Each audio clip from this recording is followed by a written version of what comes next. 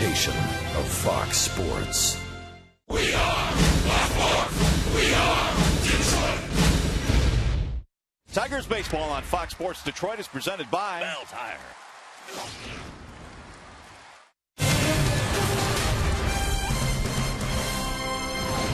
It is an absolutely gorgeous day here in the Motor City and a great day for baseball as well. As the Tigers wrap up this series against their division rivals, fans filing into Comerica Park, where today it's the final game of the series featuring the Chicago White Sox and your Detroit Tigers.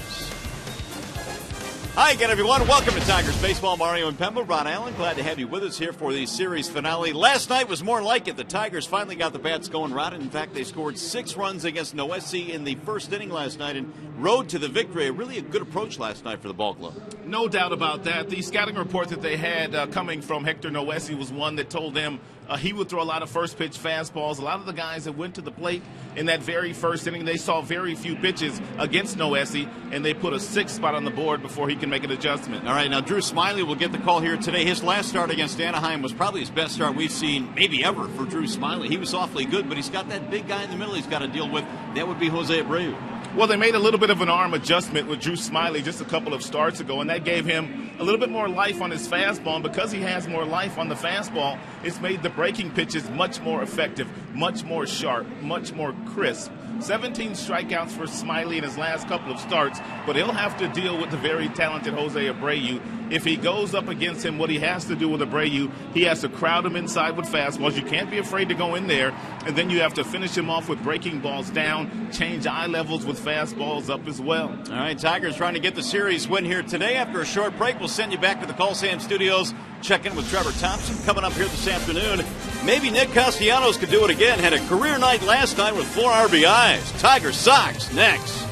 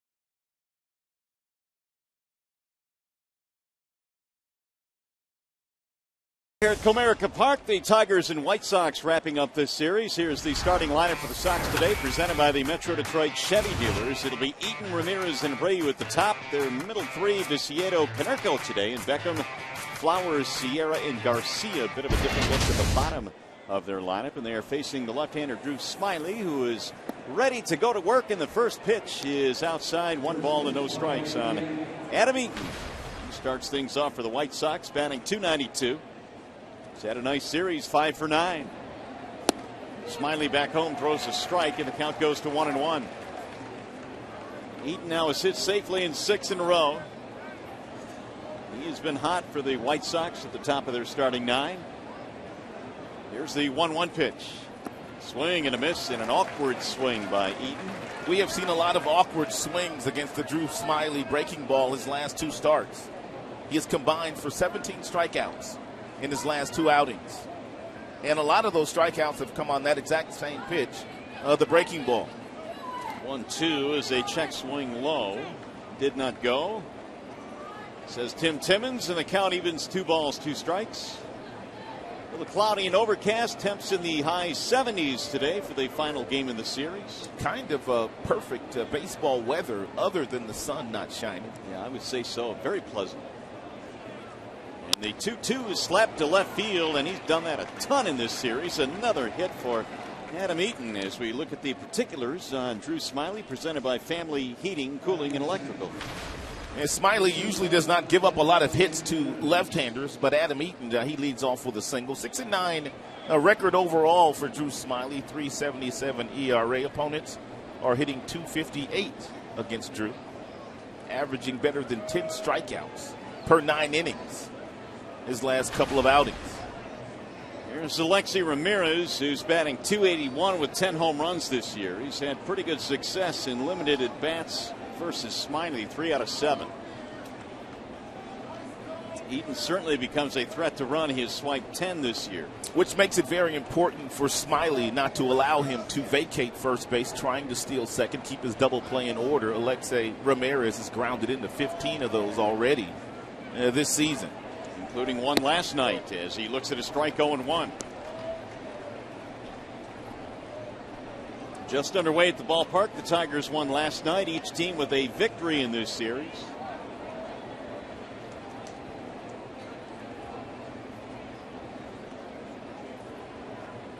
.50 RBIs this year for Ramirez.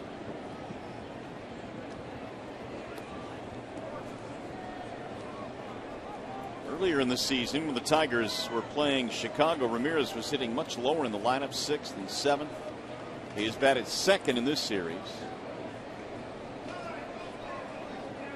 Smyly ready with the 0-1. Low, 1 ball, 1 strike on Ramirez. Smyly in his last start retired the first 13 consecutive Angels that he faced en route to that 11 strikeout performance. He was really dominant early. Here are the numbers in that performance. Struck out 9 of the first 13 batters that he faced that day. That streak was broken on a Howie Kendrick double. Here's a soft roller back up the middle. Looks like another double play. 6-4-3. 2 gone.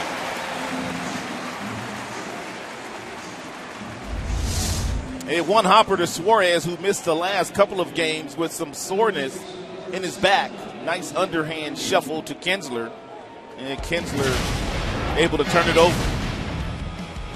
Here's that body of work, and Smyly turned in 5 days ago against the Angels. Really didn't matter which hitter it was that was standing in the batter's box. They had very little chance at succeeding that day against Drew Smyly. Here's Abreu now when the base is empty. 19-game hitting streak for Jose Abreu. Had a single in the ball game last night to extend that hitting streak. Abreu said that he felt like coming to the United States he could play baseball at this level and could have success, but not even him did he believe that he could put up these kinds of numbers before the calendar turned to August. 31 homers and 83 runs driven in, hitting nearly 300. It's been awfully consistent, and that's something that sometimes you don't expect for somebody coming over and playing in the States for the first year. And not only has he hit 19 straight, he has hit in 36 of his last 37 contests. Here's the 2-1. 3 balls, 1 strike on Jose Abreu.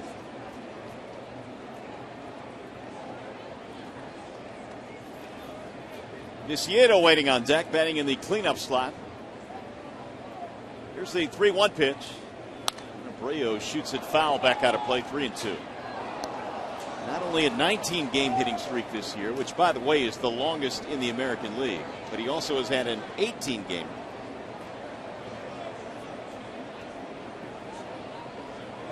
Might be a good opportunity for Smiley to bury that breaking ball toward the back foot of Abreu. And if you just happen to walk him, so be it. Go after Diane Viciedo, the on-deck hitter. Make sure you bounce it. Line to left field. That'll drop. Base hit. So make it a 20-game hitting streak now for Jose Abreu. And Smiley did throw the breaking ball there at 85 miles an hour, but he left it up a little bit too high. And Abreu, as dangerous as he has been all season long, able to get to it and single sharply into left field. He's got great balance at the plate. Great weight transfer. Really uses his lower half very well. Here's Viciedo with 2 outs and a man on. Low ball 1. Viciedo batting in the cleanup slot, 1-for-7 in this series. He has homered in his career against Smiley. 12 home runs overall this year. And the 1-0. 1 ball and 1 strike. Drew looking for his 7th win of the season. Came in with an ERA sub-4. It's at 3.77. Swing and a miss. That's one thing that we know Viciedo will do a lot of. He will swing early and often, and usually it's a very aggressive swing.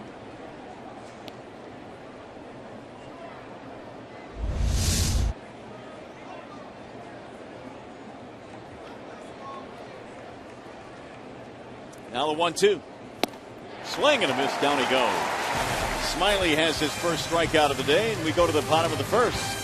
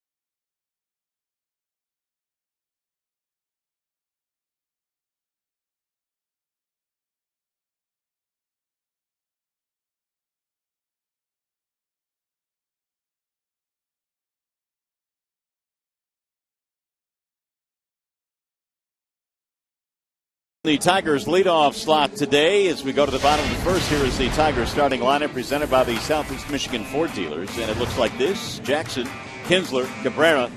Victor Martinez, your DH, hits in 20 of his last 21 against the Sox. Followed by Hunter in right. JD is in left. Castellanos, big night last night. Avila and then Suarez. And they are facing the left-handed offerings of John Danks. Hey, Danks has won 9 games. He's got a cut fastball that he throws a lot of to the right-handers, also away from the left-handers. He's got a nice little curveball he's starting to throw on first pitch strikes. His changeup is well above average, and he uses a lot to lefties and also right-handers. The 29-year-old lefty out of Austin, Texas, facing a fellow Texan, Austin Jackson. AJ batting .270, .381 career against Danks. Ball outside. Already second pitch of the game, change piece, down and away. Out of the strike zone, thrown by Danks.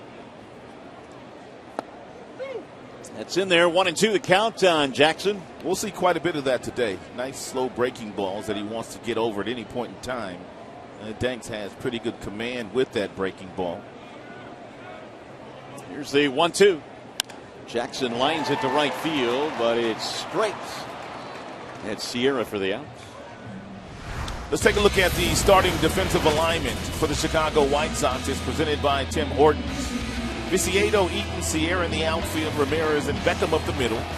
Garcia gets to start at third base today. The very talented rookie, Jose Abreu, over at first, and Tyler Flowers is the catcher. Tyler has caught all three of these contests. Here's Ian Kinsler. 286 for Kinsler, 1 for 9 in the series so far. And he shoots this one over the head of the second baseman, Beckham. Into right center. Very aggressively. Kinsler going for 2. And Ian now is rounding the bag and going for 3. The throw is not in time. How in the world do you get a triple out of that? I have no idea. That ball didn't even get to the warning track. I mean, he was coming out of the box pretty quickly, but that's to get a double, not a triple. I got a little nervous once he rounded second base, but Ian Kinsler must have thought he could get to third, which he did. Real nice approach. Line drive sliced over the head of Beckham. Sierra and Eaton both got there, neither able to pick it up, and by the time Sierra picked it up, Ian Kinsler was standing at second base, but he was going to third base.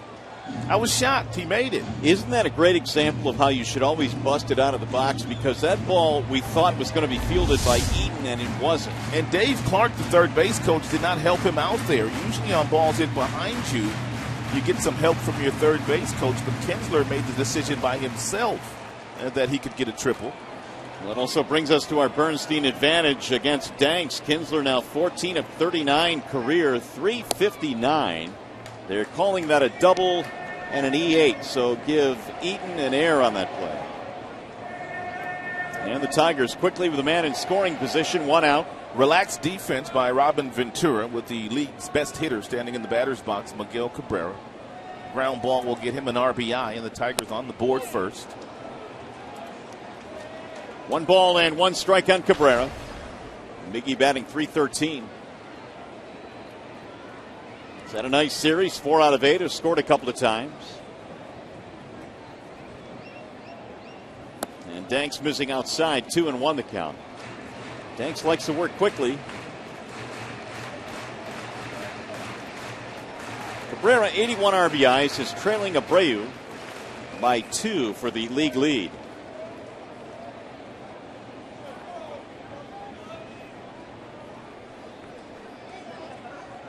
The 2-1 is grounded foul down the third base line. 2-2 now on Miguel.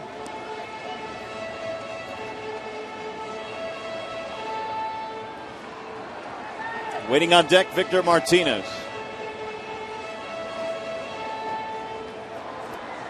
Kinsler standing at third after a double. He got to third on the fielding error by Eaton. Now the 2-2. Ground ball to short.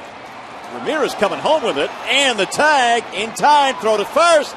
They almost got a double play on that. Heads up play by Alexi Ramirez. Most shortstops, when you are conceding the run and you're playing regular depth at the shortstop position, you're not going to come home. Miguel hit the ball on the ground. Ian Kinsler comes home. Heads up play by Alexi Ramirez, and it appeared the tag was also applied by Flowers. Kinsler thought he was safe. Here's another look.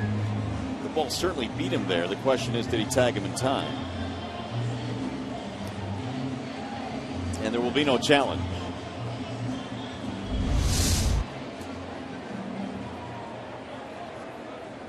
Well, I would believe that Cabrera and Kinsler both thought, now there's a run. No doubt about that. I mean, they're playing the infield back, so they're giving up the run, but not so. 99 out of 100 times. the shortstop does not make that play toward home plate with the defense playing as deep as it was playing. Here's Victor Martinez with 2 outs. Strike 1 on the outer edge. Victor has hit safely in his last 3. Had a 3-hit game earlier in the series. Anytime John Danks gets ahead of you, no balls and 1 strike, you're pretty much assured that one of the next couple of pitches, you're going to get a changeup from him. That missed low 1-1. And there that changeup was at 79 miles an hour.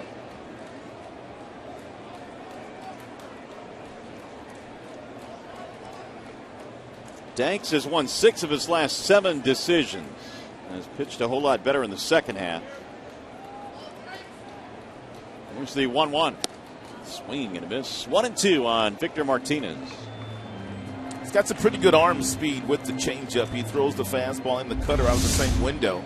And with the same arm speed, it's a circle change.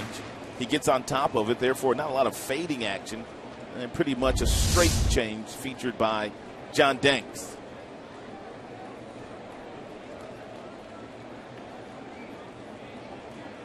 Here's the 1-2. Popped up foul. See if it stays in play. It's heading back toward the seats, and it is a couple of rows back. Right behind the Tiger dugout, where somebody made a really good catch. Nice job, young man. Brought his glove to the ballpark, and it paid off.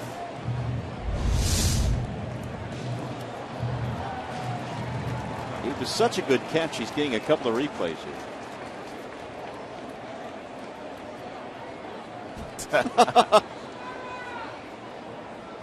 That almost took his glove off his hand. Nicely done. 1-2 on Martinez.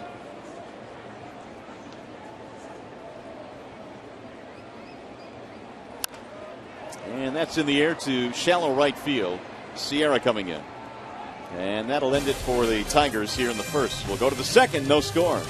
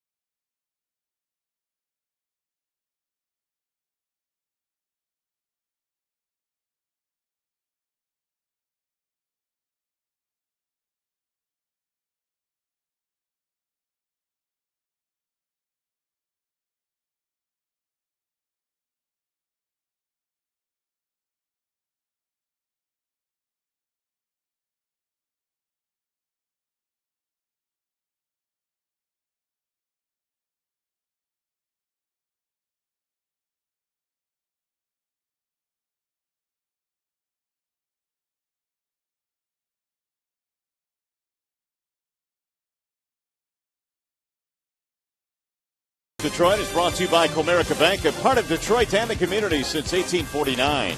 By Ram Trucks, it's summer, and great deals are heating up at the Ram Summer Clearance event today. And by Dean's Country Fresh Ice Cream and Novelties, share a pure moment. We are sharing a great day for baseball with you as we return to Comerica Park in a scoreless game, top of the second inning. Drew Smyly back to work facing Paul Konerko, who's seeing his first action in this series. And Konerko, a longtime Tiger killer, looks at a strike. Konerko batting .230, but he leads all actives with 45 home runs in his career against the Tigers. Not to mention good numbers against Smyly, 6 for 9. There's a strike on the outer edge, 0-2. Paul Konerko has played a really nice role this year for the White Sox. He is 7 for 21 as a pinch hitter. And they told him before the season began you'd get spot starts against left-handers. We'll try to get you 250 at-bats. If that's good enough, we'd love to have you back. And he chose to come back. He knew what the conditions were. Pops that one up foul and back out of play. Avila will run out of room. That's how much respect Jerry Reinsdorf, their owner, had and has for Paul Konerko. Konerko has been a long-time fixture on the south side of Chicago.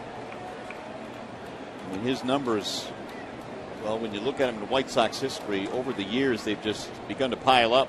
One of the best guys in the game. And there was a time where you could not throw a fastball by Paul Konerko. I don't care how hard you were throwing. You couldn't throw it by him. 439 career home runs. As I mentioned, a lot of those against the Tigers over the years. Smiley waiting patiently on it. 0-2 the count, just underway in the second, no score.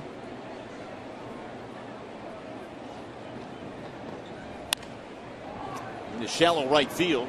And Konerko has himself a bloop single the other way. Leadoff man out for the second straight inning for Chicago. And that'll bring up Gordon Beckham.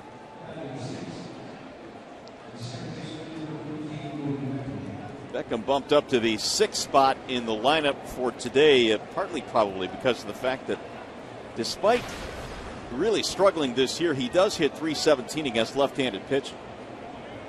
Only .223 overall.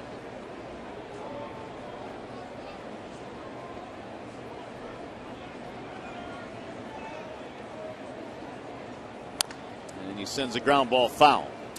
Beckham has been very critical of his play lately, and he was asked the question last night regarding all the trade rumors and his name being involved, and he simply said, you know what, I haven't played well enough for them to even trade me. So he manned up that he's not been performing very well lately. And there was some thought that maybe he's not performing well because of all the trade talk, but he downplayed that. There's a base hit, maybe more, down the third base line.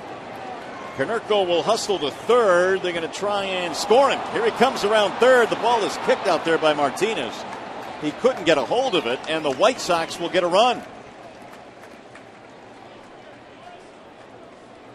1-0 Chicago on a ball that went to the corner and eluded the left fielder J.D. Martinez.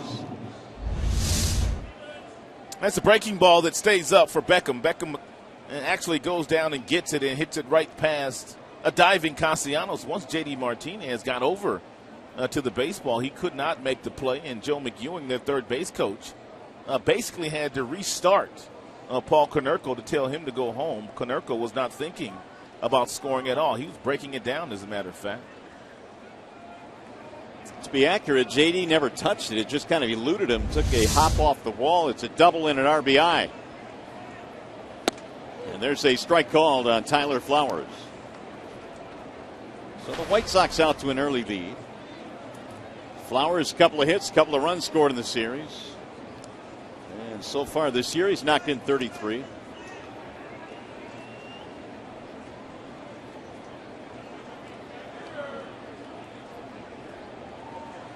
Now the 0-1, showing bunt. He drops it foul and dropped the bat as well. Flowers has a job to do with a runner on second, nobody out. He wants to try to advance Beckham to third, either by the bunt, which he tried to lay down, or by hitting a ground ball into the direction of Miguel or Kinsler. But now he finds himself down, no balls and 2 strikes. That job just got a little bit tougher. Very difficult when you try to bunt with 1 strike and you're not successful. And you really put yourself in a huge hole.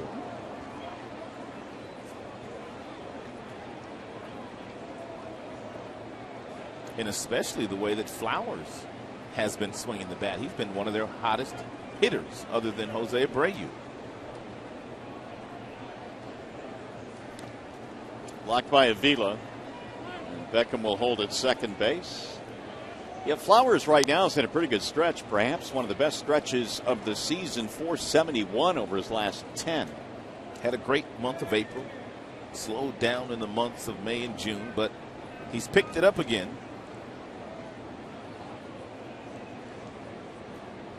Former Atlanta Brave farmhand. Has spent the last couple of years with the Chicago White Sox. Here's Smiley's 1-2. 2-2 on Tyler Flowers.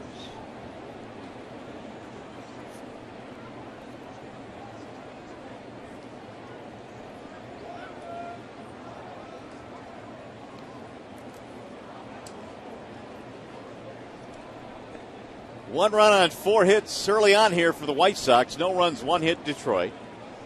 Now Smiley's 2-2 is right back up the middle off the glove of Drew into center field. Deckham rounding third. They're going to send him home. Jackson will hold the throw. It's an RBI single for Flowers. 3 straight hits now for Chicago. They have a 2-0 lead.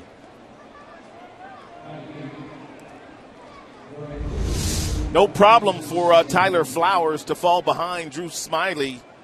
No balls, 2 strikes. Smiley tried to crowd him with a fastball. He jammed him, hit it right back up the middle. That ball went right off the tip of the glove of Smiley's.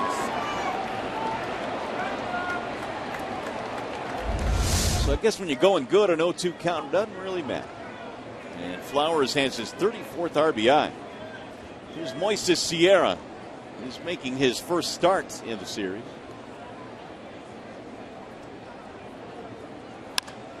He'll drive one foul down the right field line.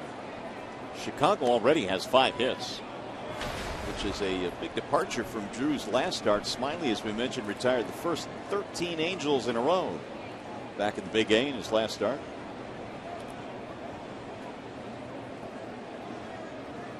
It was Smiley's first career double-digit strikeout game. He finished with 11 in that contest. Right back up the middle into center, sinking. That's another base hit. Flowers goes to second, bobbled momentarily by Jackson, and another hit. That's 4 straight to start the inning. He's going to bring Jeff Jones out. And really, of the 4 hits that Smiley has given up, none of them really hit all that hard. I mean, I guess you could make a case for the Beckham double down the line, but he hit that ball off the end of the bat. But the other guys, Konerko was jammed, Flowers was jammed, and also Sierra jammed, but all 4 successful at getting base hits. Hey, don't forget this Sunday, the Tigers conclude their 3-game series with the Colorado Rockies at 1:08. It's Sunday Kids Day, and all kids 14 and under receive a free Paws pop-out figurine. Call 866-66-TIGER or visit tigers.com. Well, the number 9 hitter coming up now with still nobody out. Garcia can handle the bat. He's batting only 192, which makes you think that the bunt may be in order here to bunt a couple of guys further up into scoring position. Castellanos cut of the grass at third just in case. No sign of bunt there, and he looks at a strike. Leury Garcia batting just 192. They have Flowers at second, Sierra at first.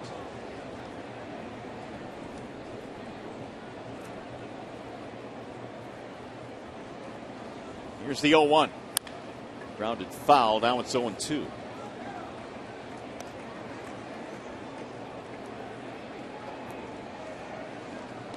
Two runs on 6 hits already for Chicago. And with 2 strikes in the count, that'll allow both Castellanos and Cabrera to push back defensively at the corners.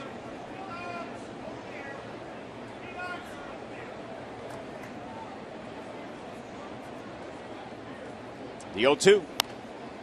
Lifted back out of play.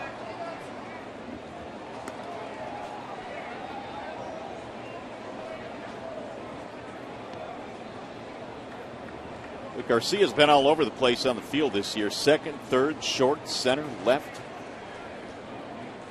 He's been everywhere on the diamond. He's at third base today. Whatever it takes to stay in the big leagues. 1 ball and 2 strikes. As they say, versatility never hurts. I'm sure Garcia would take that catcher's mitt if they asked him to take it. 1-2 the count.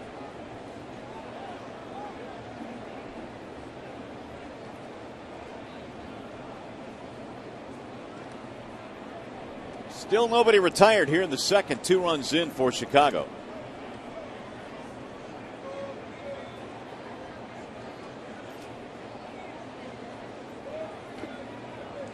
It's a ball down low. 2 balls, 2 strikes.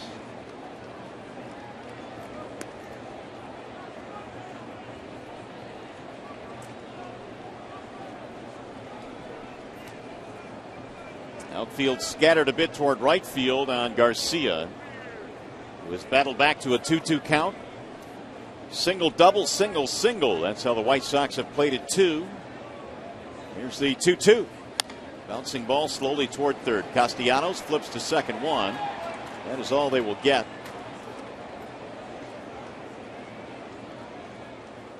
Runners at first and third, 1 out.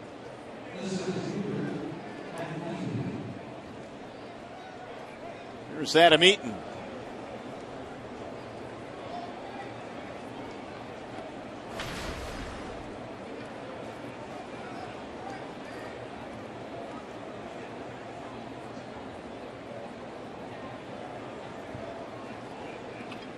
Eaton started the ball game with a single back in the first inning.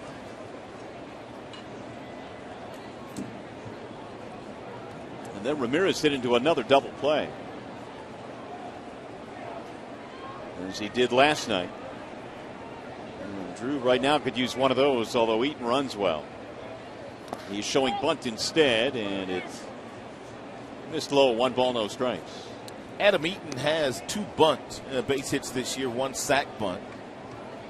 And Castellanos has really been crowding him the entire series from that third base position. And Eaton's kind of mastered the art of just kind of slapping the ball to left field for a single. He's got a lot of hits to left field this year. Yeah, he's got himself a 7-game hit streak now, but we've seen that on display this entire series.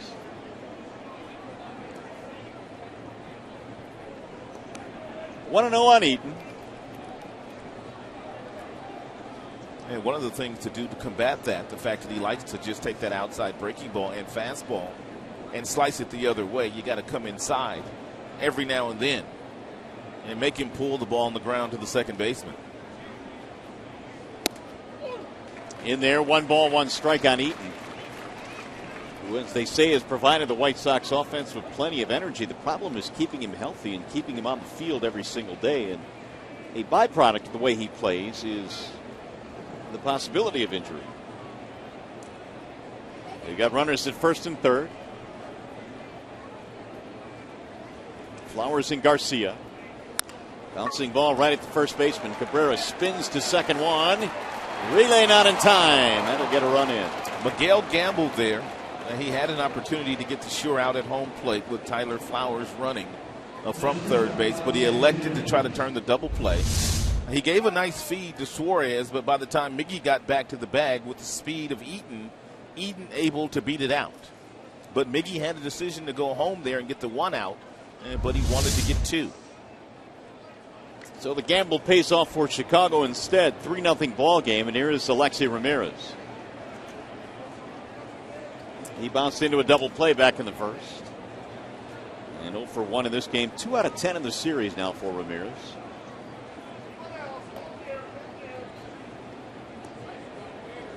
A 3-run second for Chicago. They've taken an early lead in this one.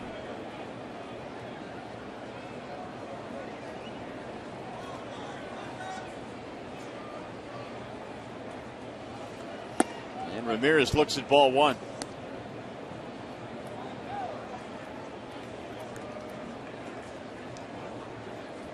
Smiley's pitch count is up to 41 now.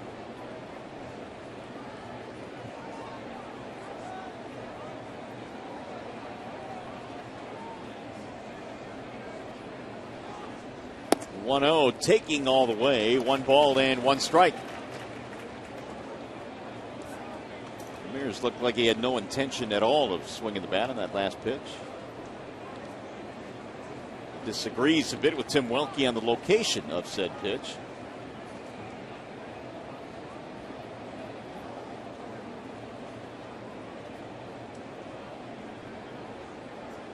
Here's Smiley going back to first, and Eaton back in there standing up. 10 steals in 16 tries this year for Eaton.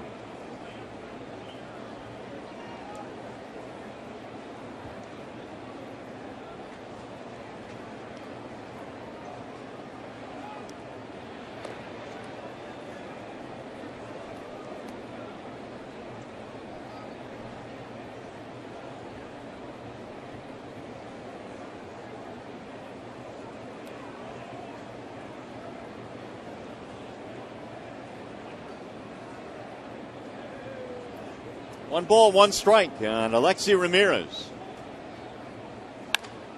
Fly ball toward right field. Torrey coming toward the line, but this one will slice back into the seats. 1-2 the count. Ramirez this year had one of his better memories in the game, and it had nothing to do with what he has done with the bat this year. He was the man that replaced Derek Jeter during the All-Star game this year in the 4th inning. Jeter was taken out of the game, and it was Alexi that came off the American League bench and replaced him. That was a very special moment. And for baseball, I'm sure it's something that Alexi will remember forever. He and Derek Jeter embracing a huge hug while the two of them were on the field at shortstop position. Got the runner in a rundown now. Eaton took off too soon. And Cabrera with the baseball now. Eaton puts on the brakes, makes a U-turn. Now he's finally going to run out of gas. That'll end the inning. However, it's a big inning for Chicago. They scored 3 times.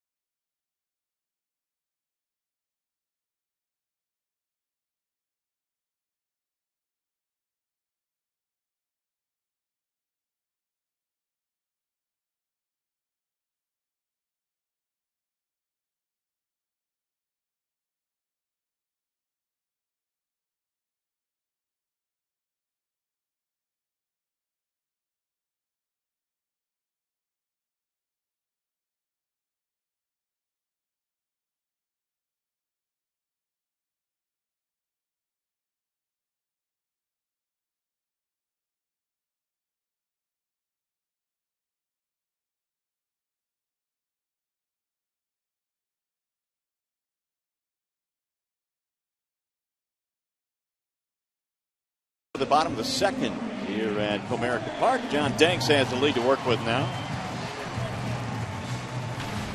And he will face Torrey Hunter, J.D. Martinez, Nick Castellanos. The Tigers have some work to do.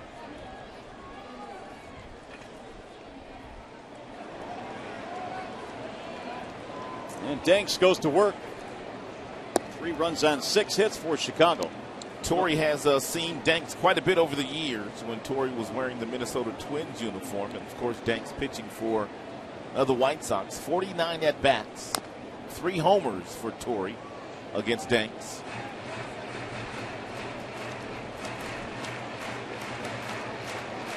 One ball, one strike. Hunter batting .277.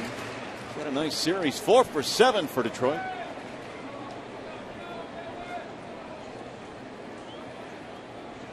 Danks works at home, and Torrey gets hit again. He got him that time. It appeared on the knee or in that area. Hit by the pitch.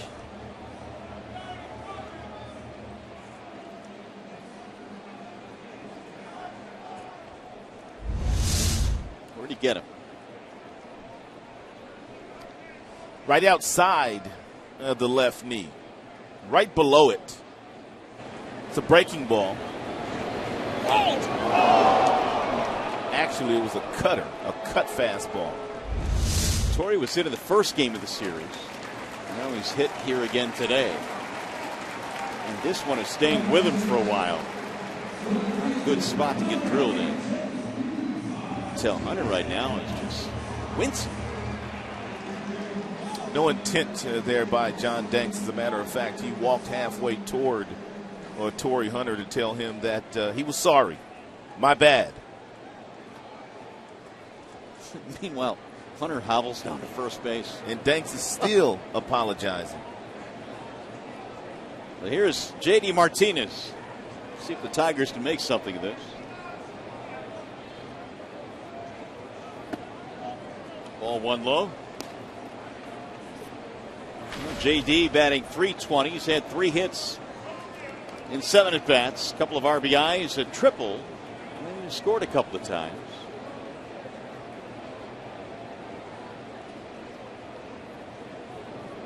The 1-0. Pulled foul down the third baseline. J.D. was saying the other day that he had his timing upset a little bit by the quad injury. Not certainly making any excuses, but he was red hot before that injury, which kept him out a few games. Doesn't take long to lose that timing, does it? Not at all. That's why sometimes players who are going so well really hate to see the All-Star break come when it comes.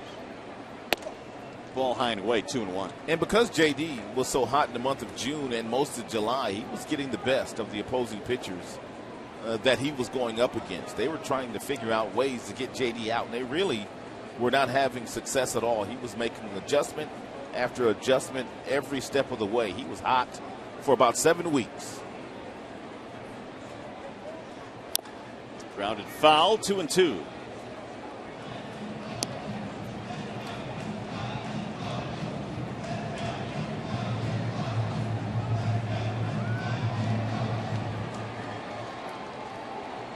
Martinez will be followed by Castellanos, who had himself a big night last night, a 4 RBI night. Tigers trying to battle back from a 3-0 deficit. Missed it inside. Fill the count now, 3-2. Usually a changeup follows that inside fastball thrown there by Danks, but if he was to double up with a fastball inside, he might get himself a strikeout here looking. And Castellanos looking for something soft away. Here comes that changeup, down and away. And he missed low and in. He put 2 aboard, and the Tigers in business here in the second. First walk of the game for Danks. Here are the predictions we have for the player of the game, presented by McDonald's new triple cheeseburger. For only $2, I've got Austin Jackson today. I'm going to ride the hot hand from last night, Nick Castellanos, with the 4 RBIs. A career high for Nick last night. Keats has Drew Smiley.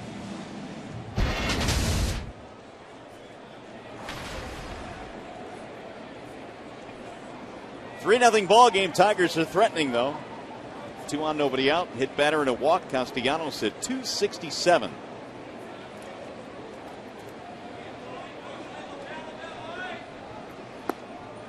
His home run last night was his 7th. He got a first pitch from Noesi up in the strike zone, about 3 inches off the plate outside. He hit it in the first row, and then later in the game against the left-hander, a solid base hit right back up the middle. 2 different approaches, one with a leg kick, one he used no stride whatsoever, but yet had success. I like to see those adjustments by young kids. 2-0 the count, and now all of a sudden Danks in some deep waters here. Flowers heads out to the mound. Castellanos should get a pretty good fastball to hit here. 2 balls, no strikes. It'll be right around 87 to 90 miles an hour, depending on whether he cuts it or he throws the 4-seam fastball.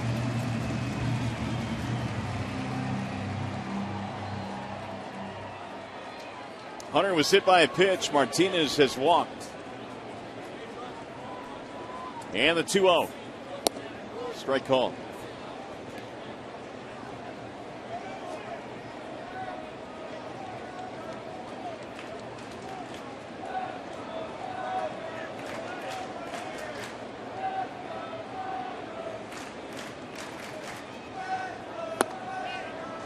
he missed again, 3-1.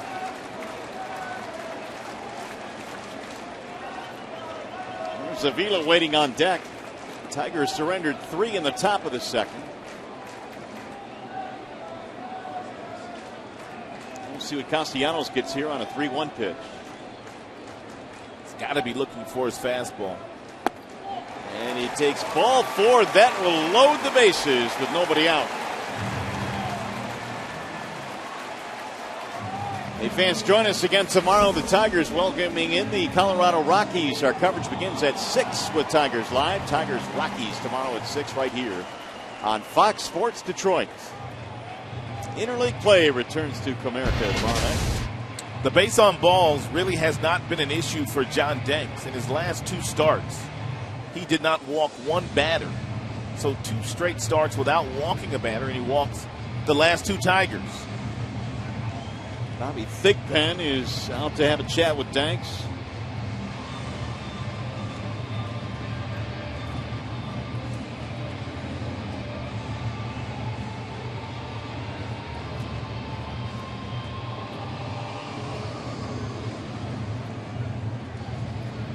Alex Avila will be stepping in now with the bases loaded.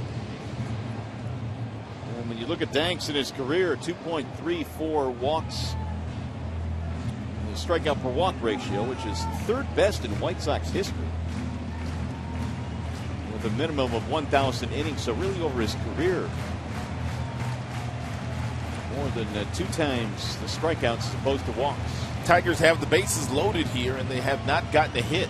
A hit batter and 2 base on balls. If you're Avila, if you get the first pitch fastball, really no need for you to take it. Go ahead and let it fly.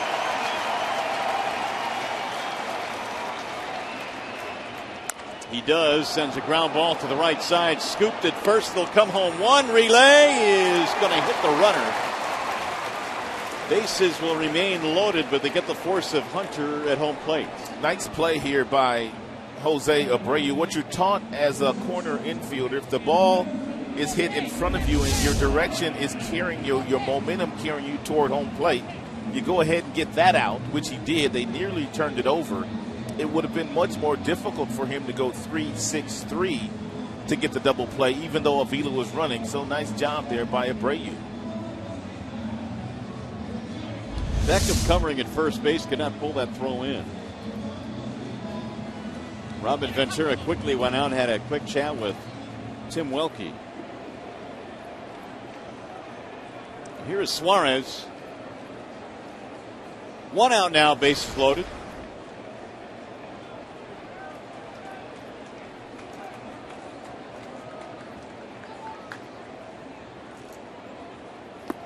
Ball 1.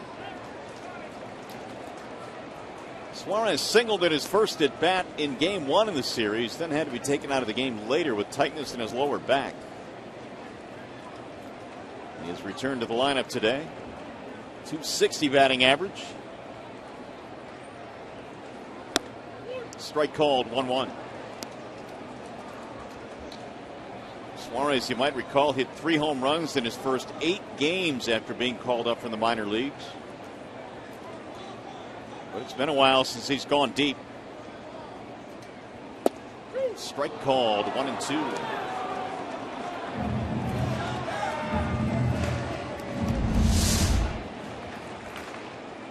The upper reaches of the strike zone.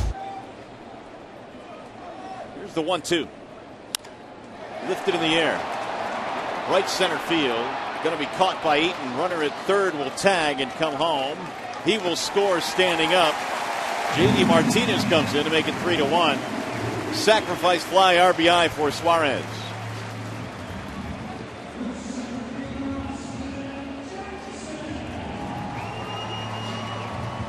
Twelfth RBI of the year for Suarez.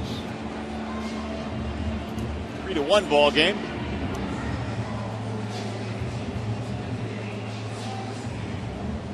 We'll bring up Jackson. Austin lined out to right field in his first at bat.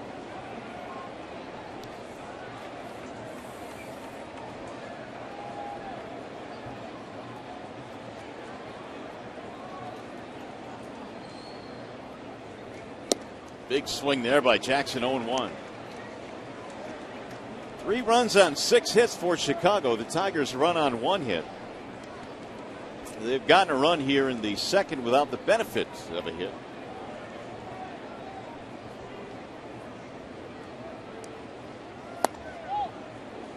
One ball, 1 strike.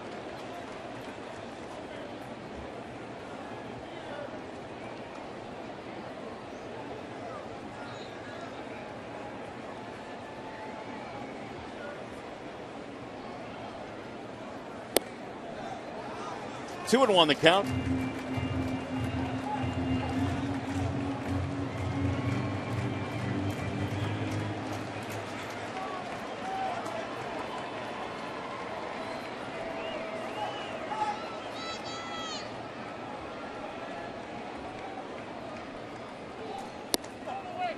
So Danks now is a pitch away from walking yet another in this inning.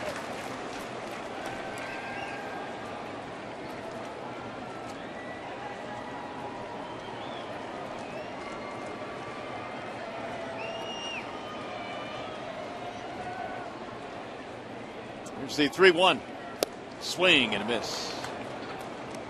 3-2 now on Jackson. And Danks about to throw his 25th pitch of the second inning. The Tigers trying to get more than just the one they have right now. Kinsler waiting on deck.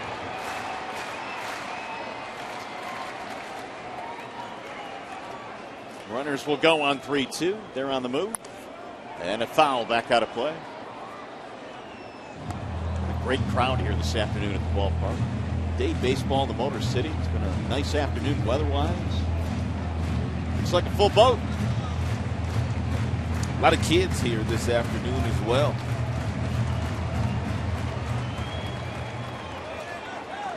Yeah, they'll be going back to school before they know it. Right. Better enjoy Tigers baseball. Another foul back out of play by Jackson. 3-2 the count stays on Austin. Inning started with Hunter being hit by a pitch. A couple of walks mixed in.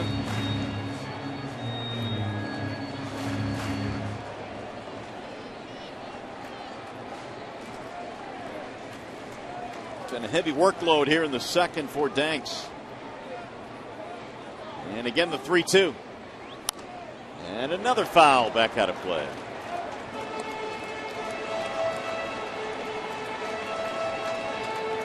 8 in this at bat for Jackson, who has hit safely now in 16 of his last 18 contests. The month of July has been awfully good to Austin Jackson, and the month of July, of course, ends today. Drill toward left center field. Eaton coming on, can't get it, base hit. Castellanos comes around to score. What an at bat by Jackson. He makes it 3-2. Jackson continued to foul off fastball after fastball in the low 90s thrown by the left-hander John Danks. Jenks finally came with a changeup, but he didn't finish the pitch. He left it up, and Jackson able to get out in front of it, and Eaton in center field, even though he runs down literally everything from that position, not able to run this one down. Castellanos able to come home and score. It's a big hit for Jackson. 3-2 ball game. Jackson gets his 33rd RBI, plating Castellanos. And now the tying run at third with 2 outs. Big 2-out knock there for Jackson.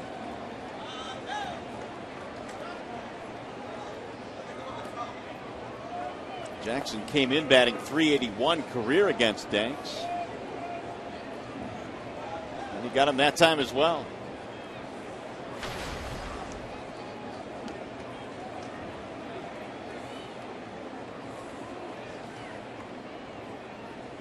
Kinsler takes ball 1.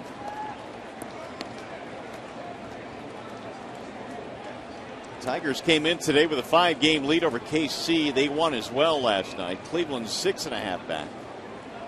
And these White Sox are 8 down in the standings.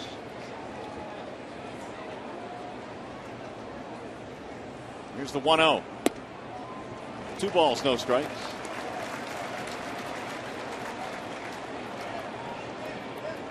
So the Tigers 12 over coming into play today, and a nice little cushion over KC.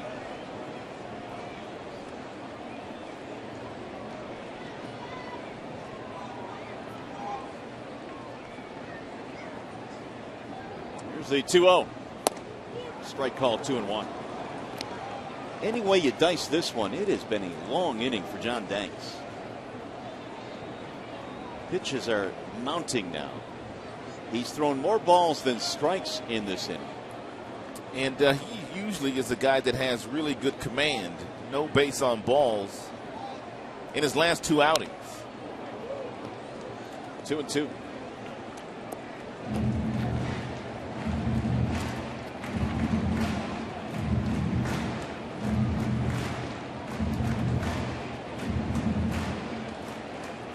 Kinsler had a double and advanced to third on an error by the center fielder Eaton back in the first inning. Tigers could not get him home, though. Here's the throwback to first, and Jackson back in there standing up. Austin 9 steals this year. He's just collected an RBI single to make it 3-2.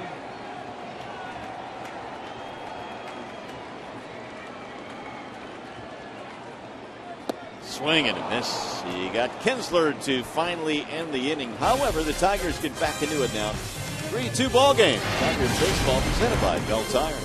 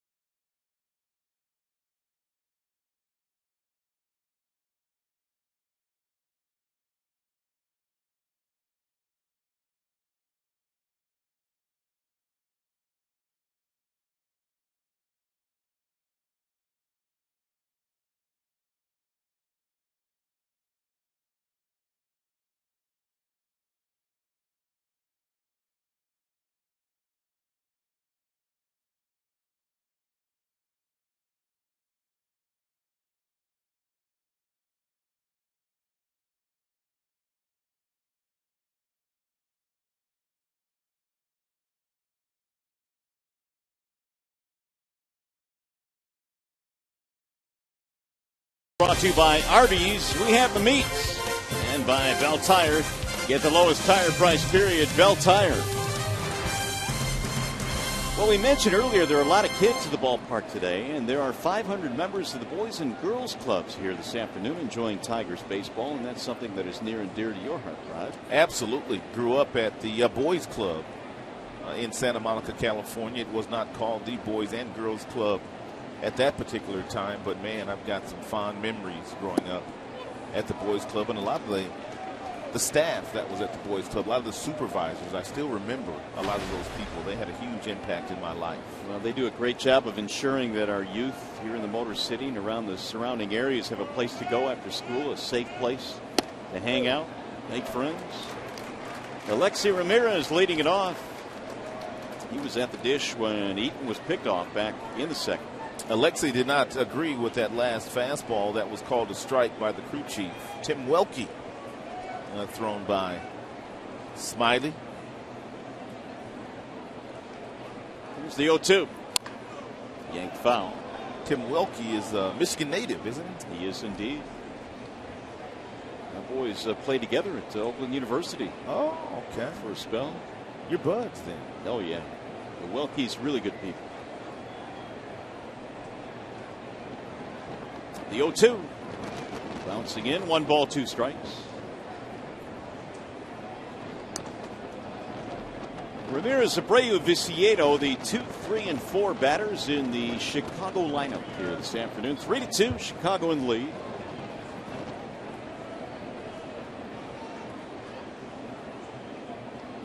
Now the 1-2. Bouncing ball foul just outside of the bag. Wasn't it last year or the year before that Tim and his brother Bill were on the same umpiring crew? Yeah. They've been umpiring for a while, a long while.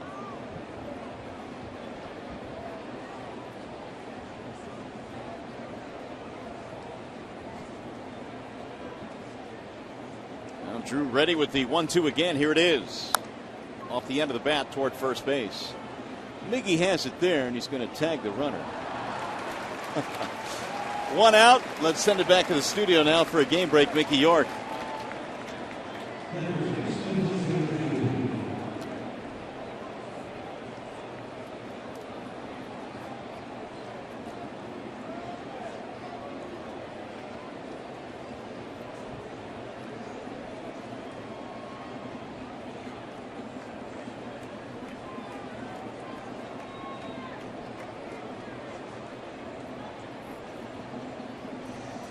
All right, Mick, thanks. Yeah, it is a wonderful time of the year if you're a baseball fan. A lot of players going in different spots. And as Abreu stands in, and the Boston Red Sox are going to have a totally different team next year. Here's that little playful exchange between Cabrera and Alexi. 1 ball, no strikes on Abreu. Well, the pieces that the Boston Red Sox are adding, they're getting proven major league talent in return. I mean, they got Yoenis Cespedes from the A's. I mean, Billy Beane gave up his cleanup hitter. Yeah. His cleanup hitter to land John Lester. Also, they get Alan Craig, a proven big leaguer. Smith, a proven big leaguer. Craig struggling this year. Here's the 1-1. Ball high. But they gave up a 5-tool player in Cespedes. But that just goes to show you and pretty much everybody else in the know in baseball how you're going to win a championship. You're going to win a championship with some really good overpowering pitching, whether it be starters and bullpen. That shot to the gap in right center. It'll get down and go all the way to the wall. And Abreu is on his way to second. Abreu is a bad boy. Capital B. B-A-D-D. He is legit. That's his second hit. Single to go with his double. He just takes what you give him. If all you're going to give him is a single, he'll take that base hit the opposite way. But if you make a mistake and you hang a breaking ball on the inner third of the plate, as he got a couple of days ago when he hit his 31st home run, he'll hit the ball into the seats. I just kind of like his demeanor. I mean, just real cool and calm and collected. He plays the game with a lot of swagger. He's good and he knows he's good. It's one of the first things they said about Abreu when he came stateside. All the Chicago folks that were around him, as that ball gets away from Avila, they have a play here at third base. They will, and he's going to be out by a wide margin. That's a mistake by Abreu. There was no way that he was going to get to third base, especially because he did not get a good break. I mean, if he takes off right away, he makes it. But look how long he hesitated. And once he hesitated, Avila able to throw him out rather easily, getting the ball to Castellanos.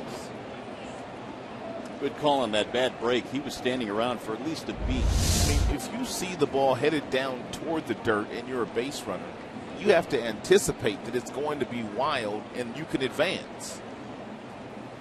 Here's the 1-0. Foul tip into the glove, 1-1. So that'll change the look of this inning quite dramatically.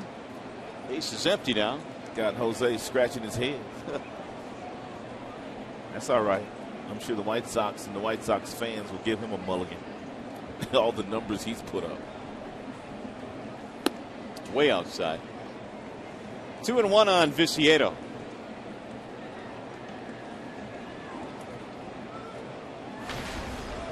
Came in struggling, just 155 over his last 16 contests.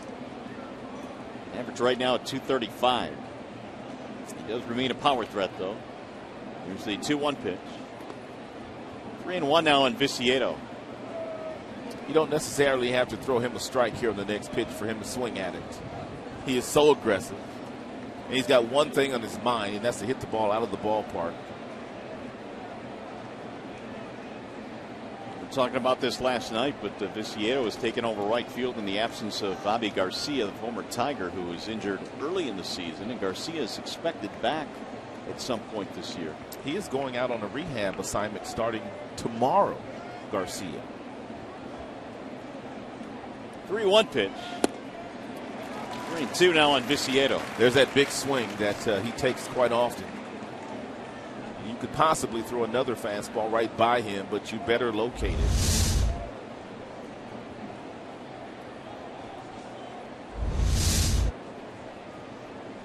Swing and a miss. It was up high, chased it again.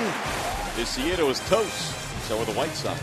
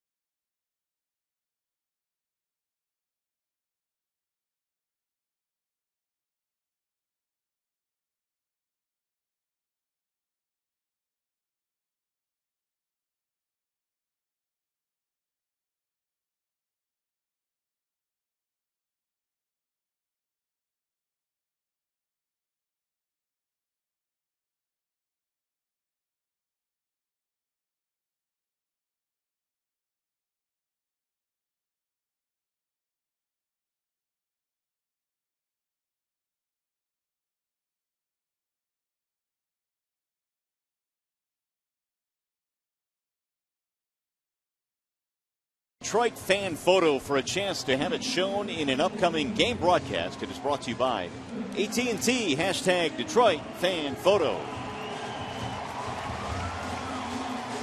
It's been cloudy and overcast today, but it's been warm. It's been a nice day overall. 3-2 in favor of Chicago. A lot of kids, as we mentioned, at the ballpark today. Enjoying a great day here in downtown Detroit. Miguel Cabrera leads it off. And Victor Martinez and Torrey Hunter. John Danks back to work after a very long second inning in which he gave up a couple of runs.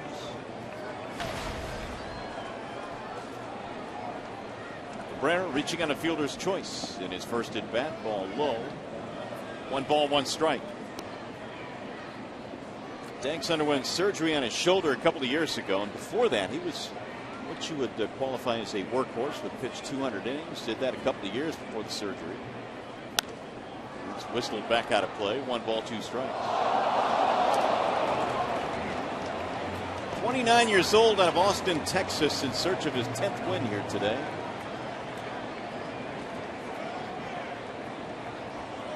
And the 1-2. Outside, 2 balls, 2 strikes.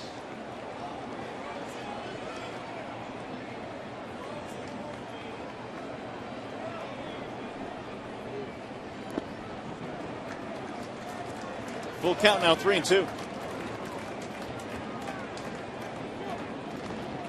Not often, Rod, you see one rotation that has 3 quality lefties in it. No, you do not. They've had 3 lefties for the last number of years in their rotation. Of course, Chris Sale is at the top of that list. We saw Quintana, and now we're seeing Danks today. There was a time where they had 4 lefties last year. Danks, Sale, Quintana, and also Santiago, who now pitches for the Angels. Again, the 3-2. Ground ball left side, cut off at third there by Garcia. To his feet to throw him out. 1 gone.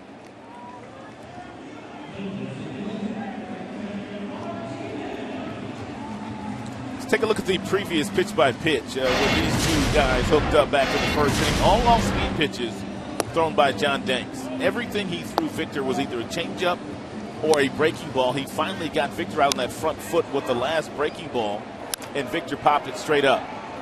We'll see if he changes how he pitches to Victor second time up. Victor outstanding at making adjustments at bat to at bat.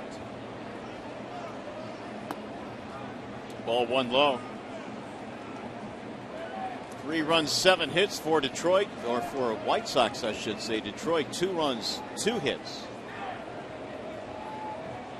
They had a couple of walks and a hit batter, leading to a couple of runs in the second. Victor now is 4 for 9 in the series. And he'll take a pitch on the outside corner for a strike. 82-mile-per-hour cut fastball. He started it off the plate, and that ball, and because of the cutting action, caught the outside corner, according to Tim Welke.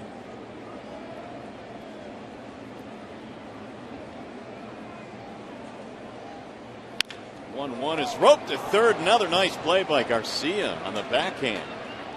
Ball was hit hard. 2 up, 2 down.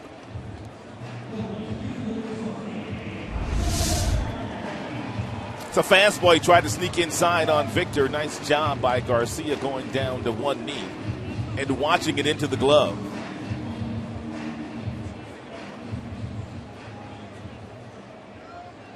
They're peppering Garcia here in the third. Torrey Hunter hit by a pitch in his last at bat. He hit him on the knee. Ball 1.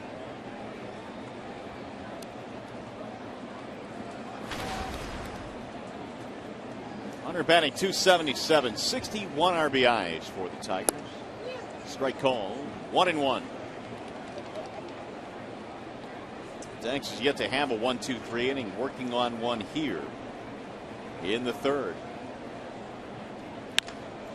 Fly ball in the air, hit well toward left center field. This ball picking up some steam, hits to the wall, and it's gone, a home run. It carried out to left center field. Hunter hits number 15. And we are tied at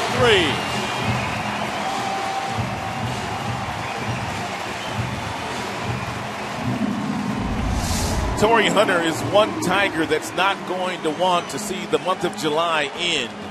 It's a breaking ball that stays up on a 1-1 pitch, and Torrey Hunter hits it right over the wall into the Chicago White Sox bullpen. Torrey Hunter has now driven in 24 runs in the month of August. Month of July. What a month.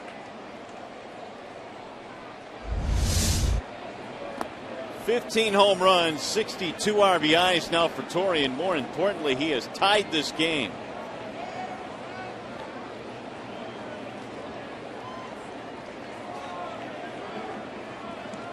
Martinez had a walk and a run scored back in the second, and he looks at a strike on the outer edge. 1-1 the count.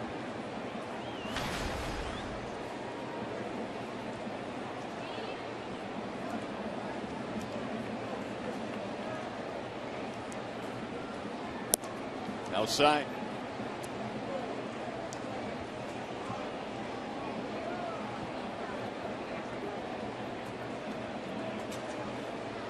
Hunter last year hit 17 homers. He has 15 now.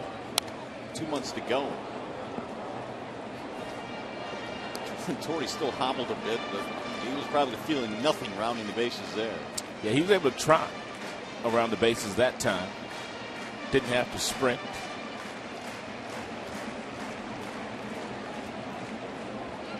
Here's the 2-2.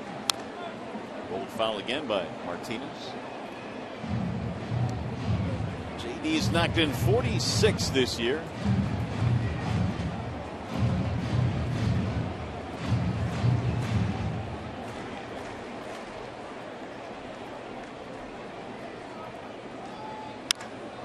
Ball's hit well to right field. Sierra back, he looks up, and we have back-to-back home runs. He's got huge power the opposite direction. Huge power to right field. And all of a sudden, the Tigers have their first lead of the day. Playing long ball here against Danks. And generally speaking, the ball travels a little bit better here at Comerica Park during the daylight than it does at night. It's a good swing put on the baseball by J.D. Martinez on a fastball in the upper 80s thrown by John Danks.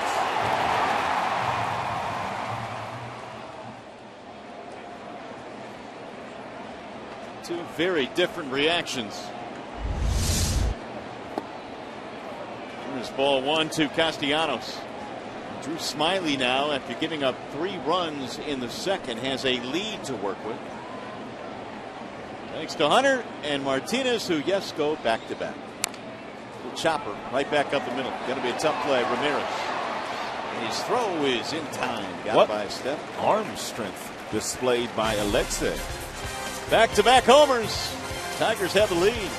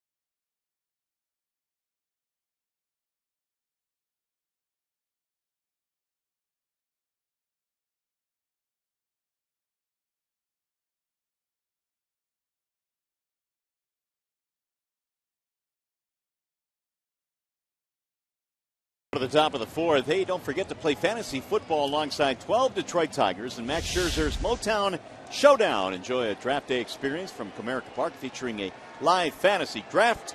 We'll also have an evening of exclusive Detroit baseball experiences, all while supporting great causes. Sign up at bigleagueimpact.org. Or, I'm sorry, .com. I beg your pardon. bigleagueimpact.com. And we will be talking with Max Scherzer during tomorrow's broadcast about that very subject and other things, including another really good outing that he had against the White Sox last night. Smyly brings it home, grounded fair inside the bag at third base. That appears to be extra bases for Konerko. He's hustling into second with a leadoff double. So in his first start in the series, he's got 2 hits.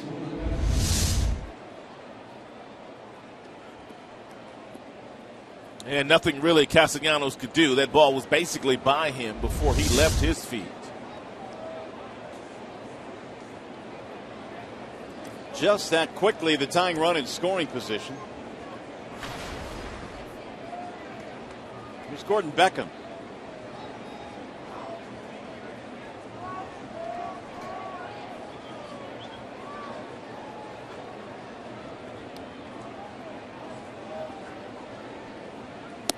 Beckham looks at ball 1 outside. He had himself an RBI double in that 3-run second.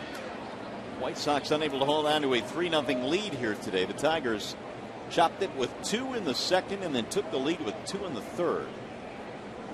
2 outs, nobody on. Back-to-back homers by Hunter and Martinez. Ball low, 2-0.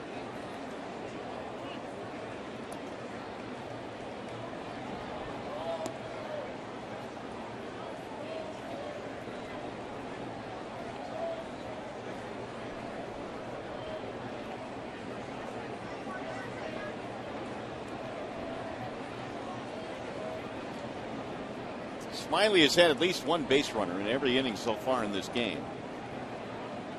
Right now, the Sox trying to tie it up. 2-0 count on Beckham.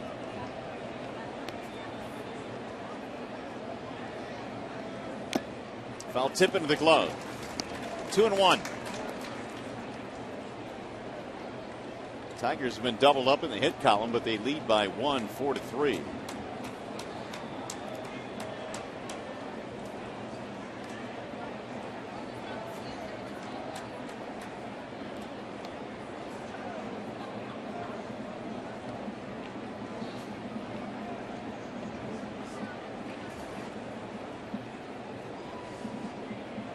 Here's the 2-1.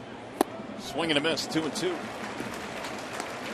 Smiley came into this ball game with a little over 100 innings under his belt, which is already more than he has had in either of his previous 2 years. He threw 99 in 2012 when he was a member of the Tigers rotation. And that means that Brett Ausmus and his staff, the rest of this season, they're going to have to watch Drew very carefully. Yeah, there's still 2 months to go in this year. We'll go the opposite way, but foul. Brett Ausmus said as much yesterday.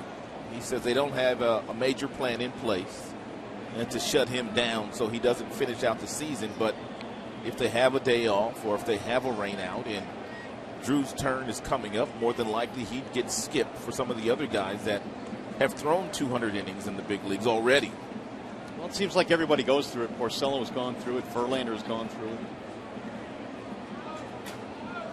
2-2 on Beckham. High fly ball. Medium depth in the left field. J.D. Martinez coming in now in a shallow left. And the runner holds at second. 1 out. Brings up Tyler Flowers. He had himself a single to drive in a run in his first at bat.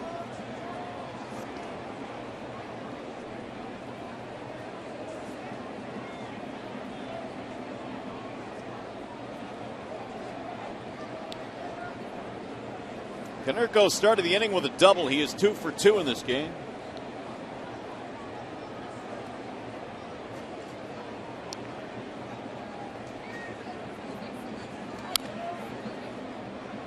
Back toward the Tiger dugout. 1-1 on Tyler Flowers.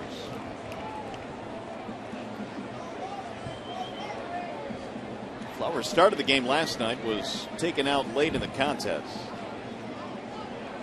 But he has started all 3 in this game.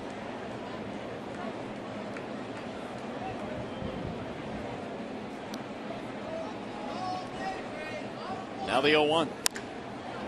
Driven to center field. Jackson moving back. AJ still going back. Warning track to make the catch. Not to center field, Tyler. The ball is flying pretty well here this afternoon at Comerica Park. Austin Jackson, ball hit directly over his head and had to get back there and caught it just as he was approaching the warning track. 2 down with Konerko still at second base. Ineffective at bat by Gordon Beckham. He failed to do his job by getting Konerko over to third base. Therefore, that would have been an RBI off the bat of Flowers. Here's Moises Sierra. He'll take a healthy rip and fouls it straight back. 0-1. White Sox had 4 straight hits to start the second, including Sierra's single. That helps set up the offense. They got a couple of runs, eventually 3 in that second inning. If they're unable to hold on to the lead, the Tigers answer with 4.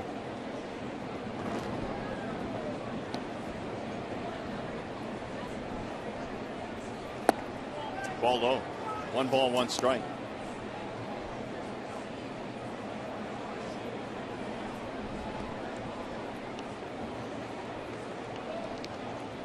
$70 total now for Drew. 48 strikes, 22 balls.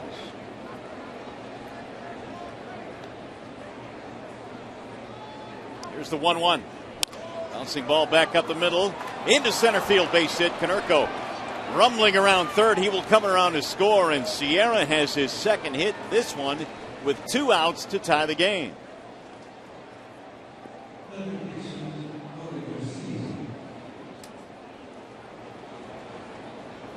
4-4 ball game, 8th RBI of the season for Sierra.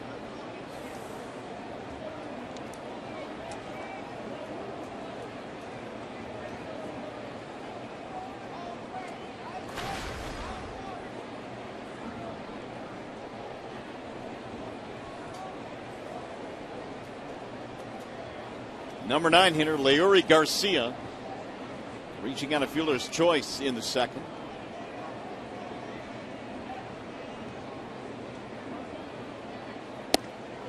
In there for strike one.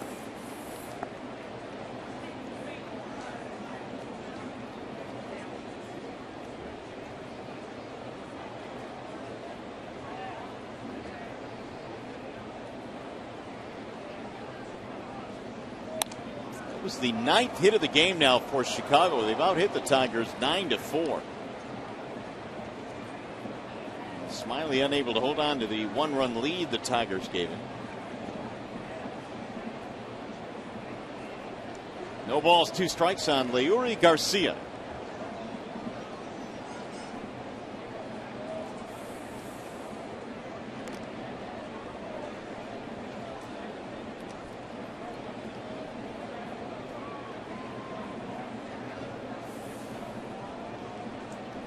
A fairly even season series between these two clubs. They played 11 games. Tigers have won 6 of them, and the White Sox have won 5.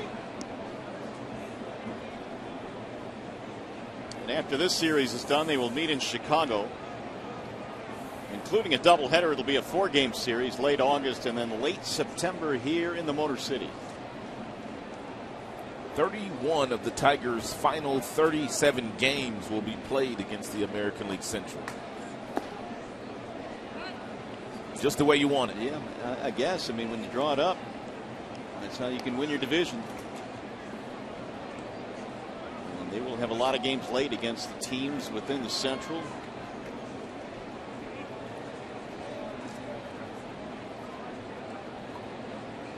Tigers this year 24-20 against the Central Division. Here's the 2-2. Bouncing ball, third base side, Castellanos. And the force is recorded, even though Kinsler had to reach for it. That'll end the inning. They tie the score, though, on the 2-out RBI single by Moises Sierra.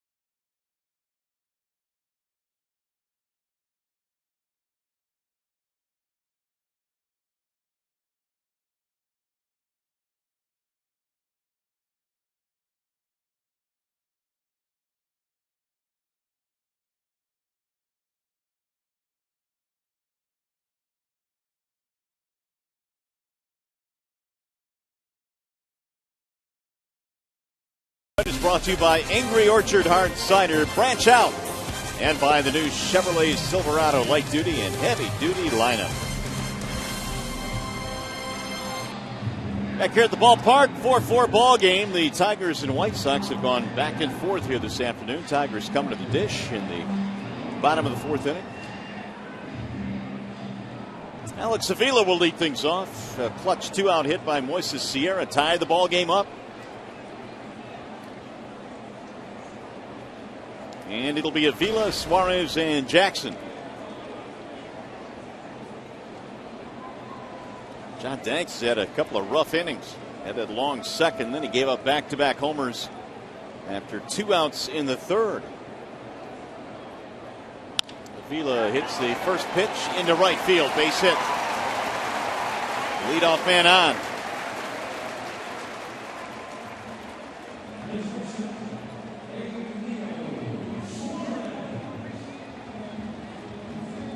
Bring up Eugenio Suarez.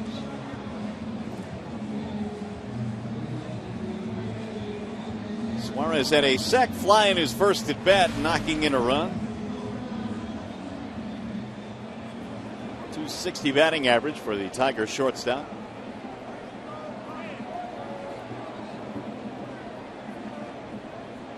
Tigers now have 5 hits on the board, 9 for Chicago today. And Danks goes back to first base.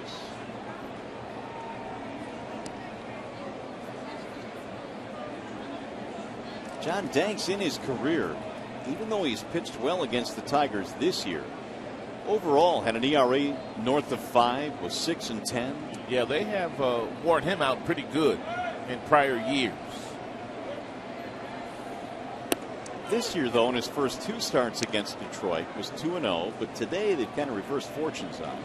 He's had 2 starts against the Tigers, gave up 2 runs in 1 start, only 1 run in the other start against the Tigers this season. Here are the career numbers, 6-10 record. Fouled straight back, 0-2.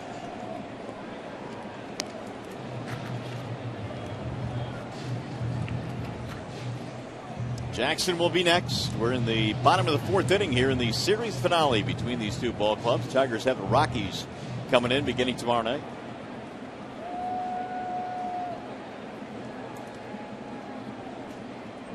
And the 0-2. 1 ball and 2 strikes.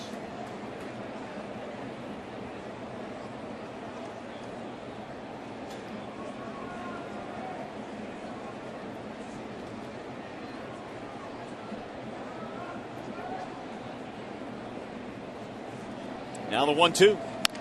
Bouncing ball slowly towards short. Ramirez shovels it to second. That's all they're going to get. Suarez beats the relay. He's aboard in the fielder's choice.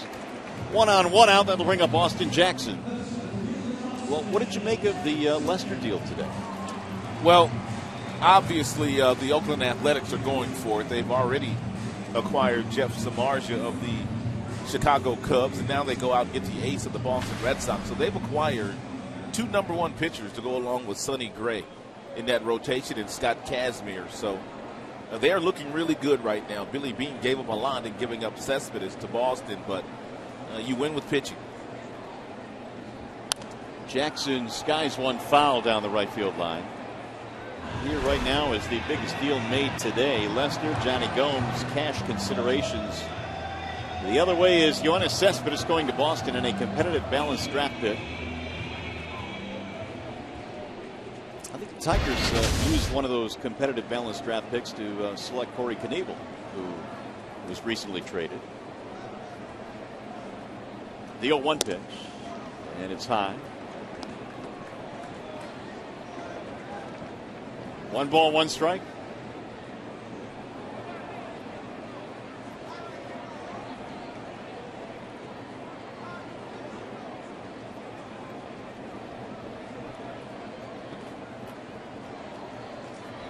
Suarez, modest lead at first base, draws the throw.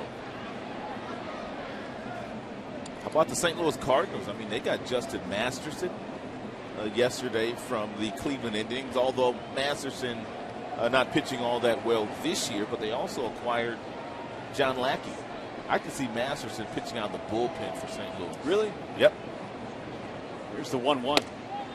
They're still waiting to get Waka back, and that's a big piece of their rotation. But Masterson, when he is good, can be a difference maker. I guess David Price is the next real big piece to fall if, in fact, the Tampa Bay Rays are going to trade him. I mean, they've gotten themselves back in the race in the American League East and in the wild card chase. That's driven to right center field. It's going to drop. Base hit. Suarez on his way to third, and the throw is not in time. Another multi-hit game for Austin Jackson in the month of July. It's a changeup. You can see the grip. Actually, that was a four-seam fastball that he tried to throw by Jackson there. Jackson is going to finish with 15 multi-hit games, and only Ron LaFleur had more since 1969. Nearly caught Ron LaFleur.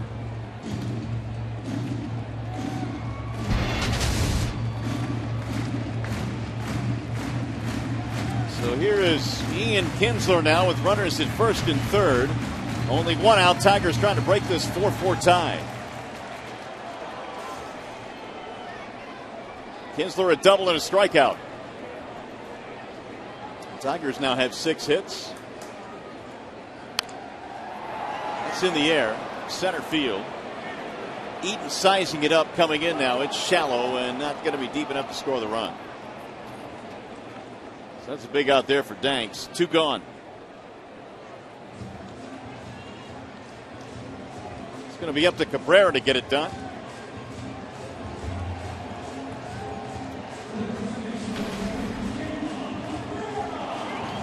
Miggy right now at 365 with men in scoring position this year. He's put the ball on the ground twice in this game, 0 for 2. You know what Dave Clark was telling Suarez, who was at third base on this fly ball to center field to Eaton? Eaton has an average arm in center field, but look how aggressively he has to run to get to this ball. So it's going to take him a minute to gather himself and to get off a good throw. Wasn't a great throw, probably would have scored, but you can't run that risk with the league's best hitter coming to the plate. And we'll see now if Cabrera can get it done here with 2 outs.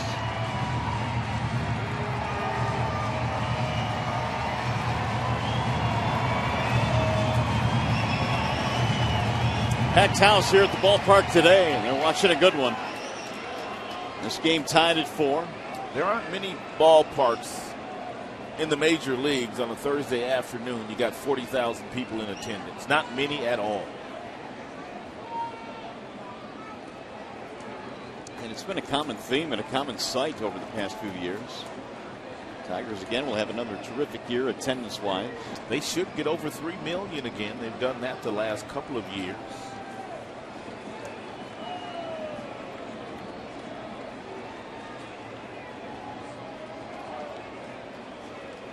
Cabrera takes it outside, 1-0.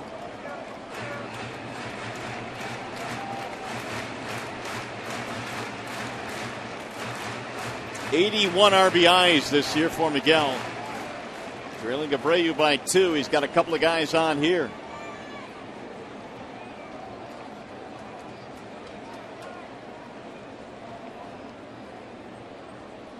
Miggy swings and misses, 1-1. Yeah, good curveball there thrown by Danks, who has been encouraged to throw more curveballs.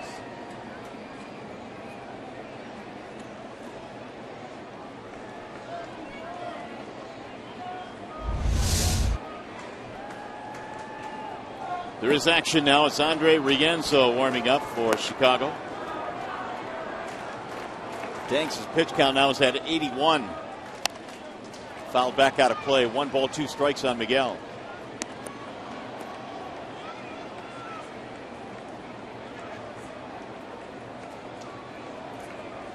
The White Sox got a big 2-out hit in the top of this inning. Tigers looking for a 2-out hit of their own.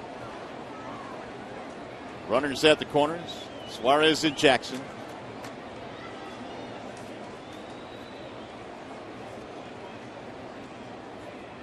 And the 1-2. Line drive caught by the second baseman Beckham. He hit it hard, but right at him.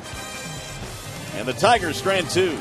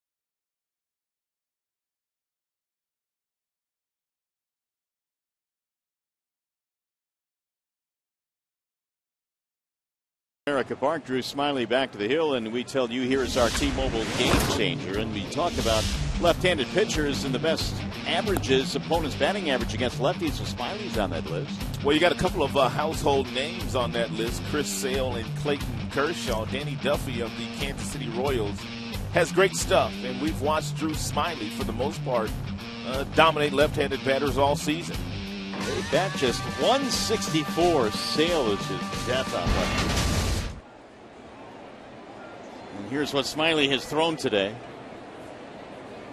60 to 63% fastballs, and the rest off speed pitches, whether it be that curveball / slider or an occasional changeup to the right-handed batter.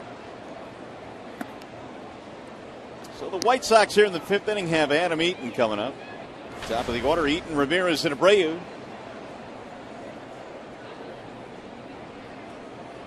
Now the 1-0. 1 ball and 1 strike.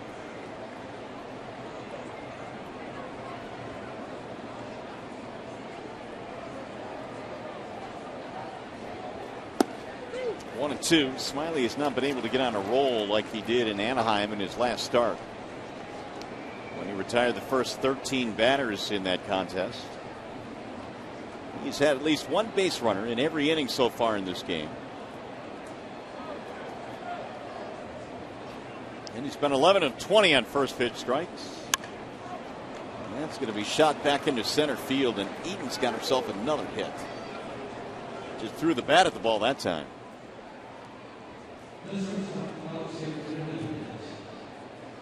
He basically threw his bat at this breaking ball that was down.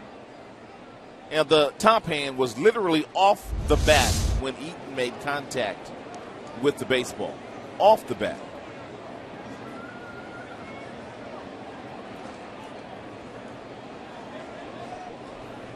Here's Alexi Ramirez. Well, he's already hit into 1 double play in this game and bounced into a double play in last night's game. And Castellanos probably should back up a few steps at third base unless he's anticipating Alexi Ramirez bunting in his direction. Here's a bouncing ball to short. Do I see another double play? I do. That's the second one he's hit into today. 3rd in the series for Ramirez, 2 gone. That's why I was a little surprised that Castellanos was playing in so shallow at third base. I don't think Alexi was going to bunt there.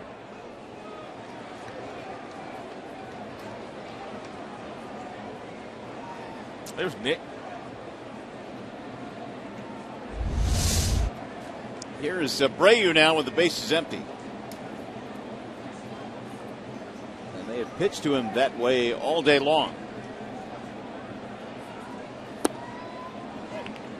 If you're a Smiley here and all the damage that Abreu has done against the Tigers and the rest of baseball, you can't let him hit the ball out of the ballpark here. Viciedo in the on-deck circle has had no success today at all against Drew Smiley.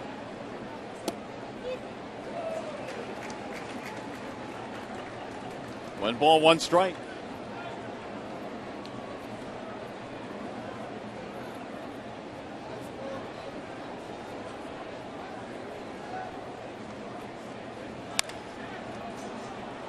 Headed back at the seats and on a play. 1 and 2 now on Jose Abreu.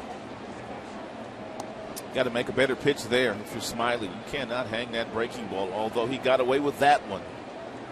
If you're going to throw him a breaking ball, you've got to bounce it to see if he'll chase it. Abreu, a 19-game streak, longest in the American League this year. Nolan Arenado over in the National League of the Rockies had a 28-gamer. That's the longest in baseball. Here's the 1-2. Driven to left center field. Jackson is on the move, still going back, and that ball is up against the wall. And Jose Abreu has his 3rd hit of the game and his 2nd double. We're going to make that our Bill Tire pitch by pitch, and Smiley's lucky the ball did not go out of the ballpark. We talked about the fact that why not just put him on and go after Viciedo. And first pitch was down, then he started throwing breaking balls, got away with this one. But then he came back with the same exact breaking ball, and Abreu, he didn't miss that one.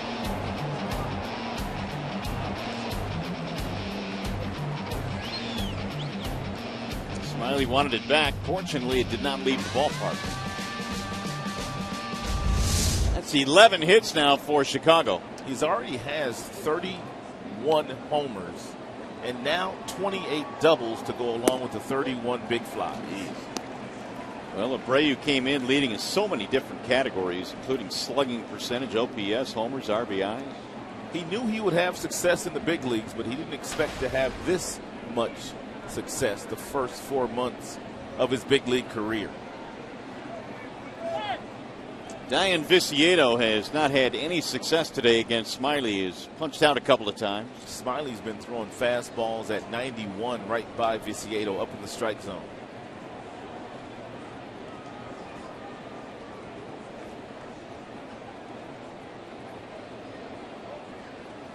Swing and a miss. There's another one.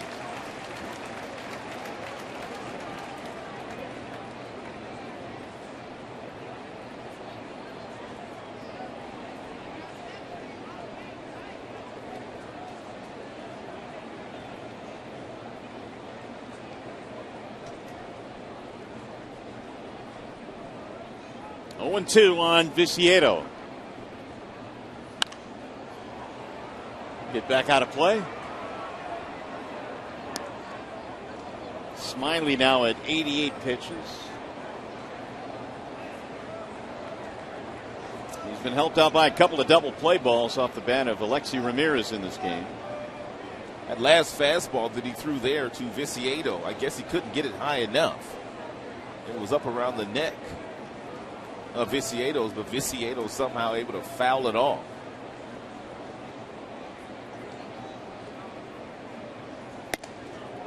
Laid off that one.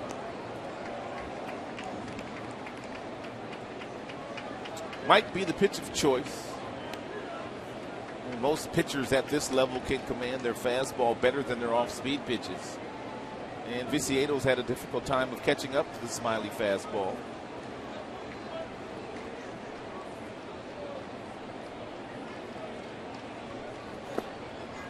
Bounced it that time. So it's 2-2 now on Viciedo. The White Sox trying to get a 2-out run here. Abreu has doubled for his 3rd hit of the game. And 7 hits overall in the series. There's Konerko on deck. They've not been able to get him out either.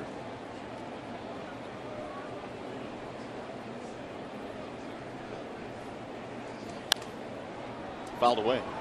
Went right back up there, but Viciedo that time was again able to get a piece of it. You might as well keep going up there. You'll get the swing and miss eventually.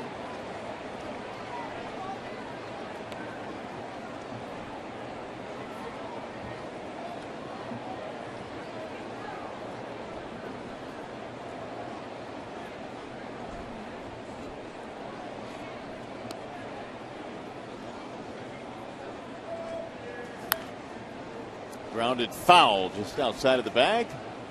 2-2 the count remains on Viciedo.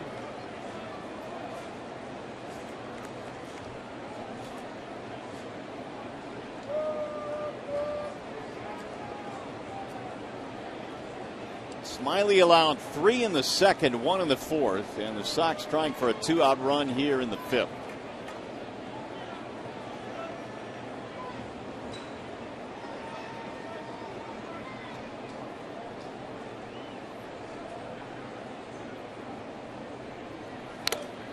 Right off the mask of Avila, and down he goes to the seat of his pants. Well, Kevin Rand's going to come running out of the dugout on this one. He was drilled. Yeah, that one got him pretty good.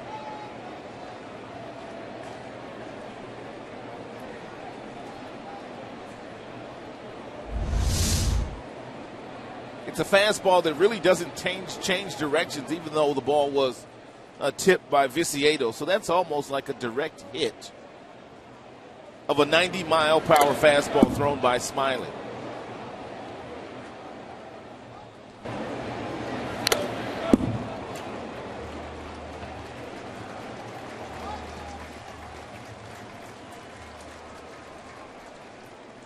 He got hit so hard, Avila just kind of fell to the ground backwards. 2-2. Smiley having a difficult time of putting Viciado away after he got ahead of him. No balls, 2 strikes. Count sits at 2-2, but Diane has fouled off several pitches.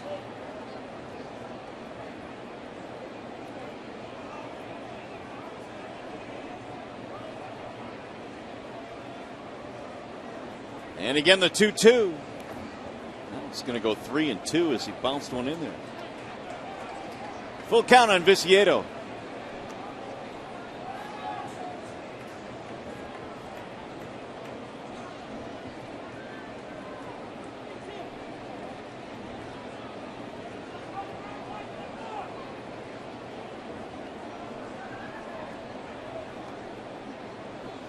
Viciado struck out in the first. He struck out in the third.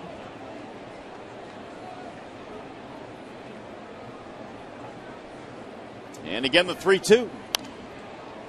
It's in the air. Let's see if it stays in play. Foul ground. Kinsler and Cabrera. Who wants it? Kinsler does. That'll end the inning. No runs, a single, a double. 1 man left. Tigers baseball presented by Bell Tire.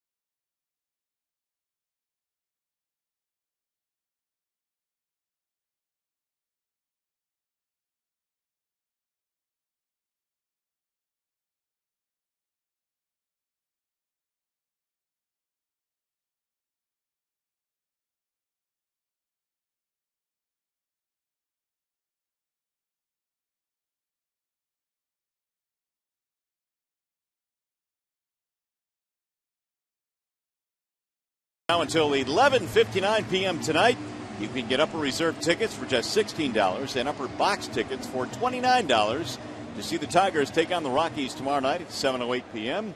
Offer available exclusively at Tigers.com. Enter the code DIAMOND. Well, it's been a back and forth affair today. Right now tied at 4 runs apiece on a packed house here. Day baseball in the Motor City. Victor Martinez leads it off against John Danks. Neither starter has been particularly sharp this afternoon. Martinez, Hunter, and then Martinez. We have a Tiger 5th inning. Victor is 0 for 2. Hit a ball hard to Garcia at third as last time. We made a nice play on him. We'll go foul third base side, and the count is 0-2 on Victor.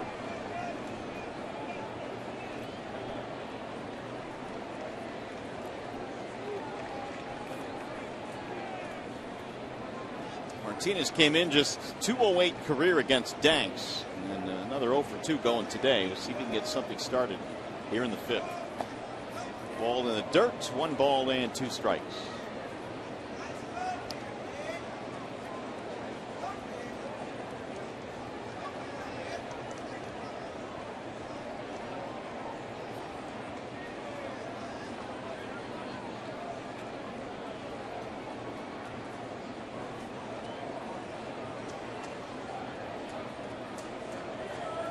Here's the 1-2. Another bouncing ball to third. This much easier play for Garcia. And 1 out. I guess you would say, Ron, that neither of these pitchers have been sharp today, but they've been able to kind of fist fight their way through 5 innings. Yeah, when there's runners in scoring position, both have had a knack of making a decent pitch or two. John Danks has been aided by his defensive players today. Alexi Ramirez throwing out Ian Kinsler at home plate in the very first inning, and Abreu also making a nice play, getting a force out at home plate. So Tigers have had 2 runners tagged out today at home plate. Torrey Hunter looks at a ball outside. Hunter had a homer in the third, the first of the back-to-back shots by Hunter and Martinez. Torrey shoots that one foul, third base side. 1 ball, 1 strike. Danks continues to throw lots of off-speed pitches here today, whether it be the changeup or the breaking ball. He has thrown a few fastballs, but I think he's thrown more off-speed pitches today than he has his cutter or his four-seam fastball. Another changeup right there. 2-1.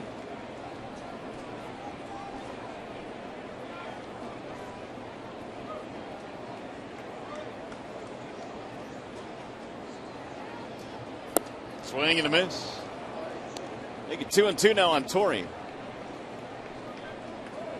Here's our high-speed pitch, and it's brought to you by Xfinity. And top fastball today for Danks. And just 90 miles per hour. 69 with a curveball. Low, 3-2. And more than likely, if you're T. Hunter here, you're going to get a changeup from Danks, but you can't sit on anything soft. You simply have to look for the baseball, look for something hard, and make an adjustment on an off-speed pitch if he hangs it. He walked him instead. And that's the third time that Hunter has reached today. 1 out, base on balls.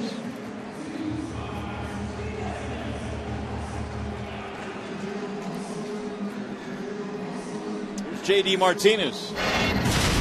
Opposite field home run by J.D. Martinez. His last time up, it was the third inning.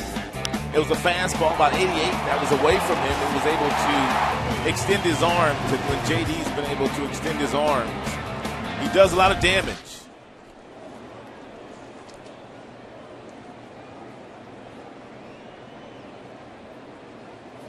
Big swing there, 0-1. That home run gives J.D. a total of 14 now in 67 games. 24 total if you add in the 10 homers he hit down in AAA in 17 games before forcing his way on to the major league roster. That was one of those paces where you just can't ignore after a while. No, you had to get him up here to see what he could do. 1 ball, 1 strike. Tigers announcing as well that Andy Dirks will be resuming his rehab. They had stopped it for a while.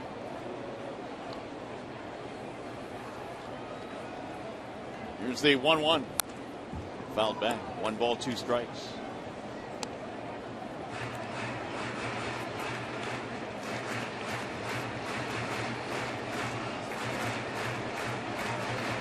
Castellanos will be next. Bruce Smiley has had to slog his way through this game.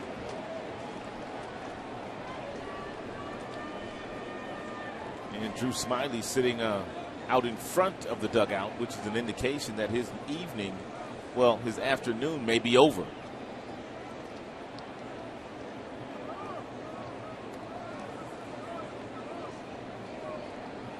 There's action to the bullpen, and so it appears that Albuquerque will be next to come into this ball game for Detroit. Miguel Cabrera down in the dugout having a nice little conversation with Drew Smiley. Full high from Danks. Miggy showing him some love too. It's all right, left-hander.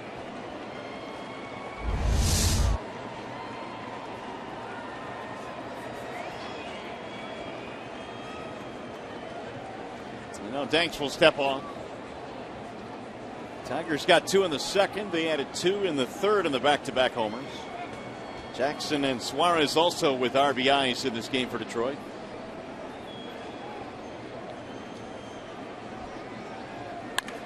Drilled toward left field. That'll get down, base hit. Hunter goes to second, now coming to third. Here's the throw, cut off. Now Martinez in between first and third. Torrey coming down the line at third, but he'll go back, and JD is tagged out. The throw was cut off by the shortstop, Alexi Ramirez, and they got Martinez.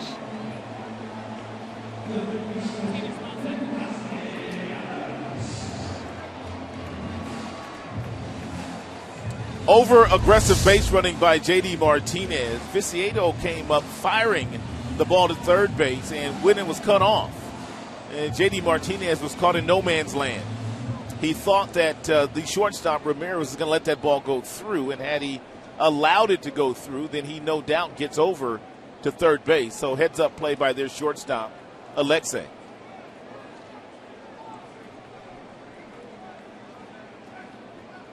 Hunter was thinking about what to do, and he ultimately stayed at third base. Well, it's a wise decision by Torrey. The put out on that play goes 7-6, 4-3-4.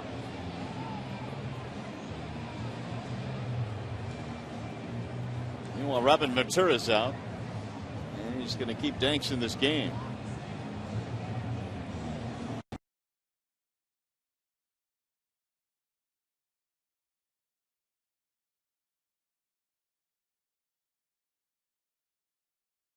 Inning last night when their starter Hector Noesi ran into trouble in the very first inning against the Tigers. He's got about 6 innings worth of work in the bullpen already today. And he'll be next more than likely. 98 pitches thrown now by Danks. They're going to walk Castellanos and take on the lefty Avila.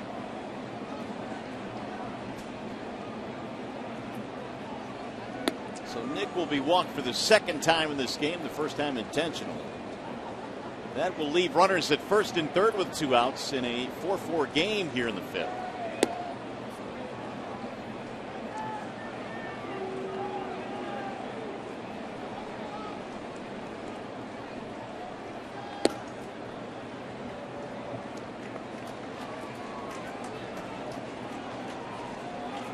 So Castellanos gets the intentional walk.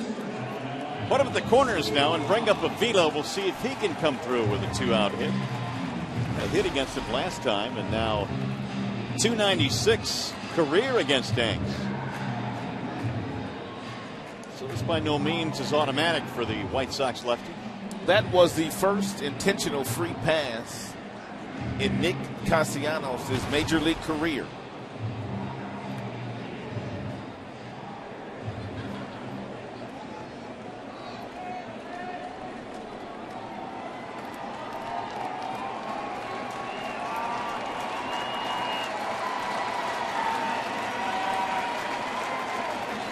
Alex has swung at the first pitch on both of his plate appearances today. Both fastballs as well thrown by Danks. He'll take the first pitch here, and it's in for a strike. First pitch curveball that time. With pretty good location, up in the zone.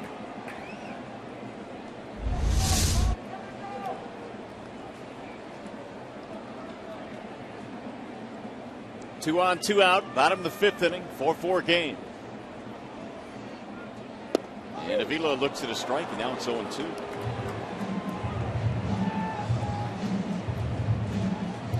So Danks quickly ahead of the count.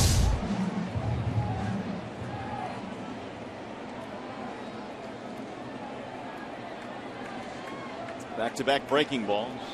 One up, one down.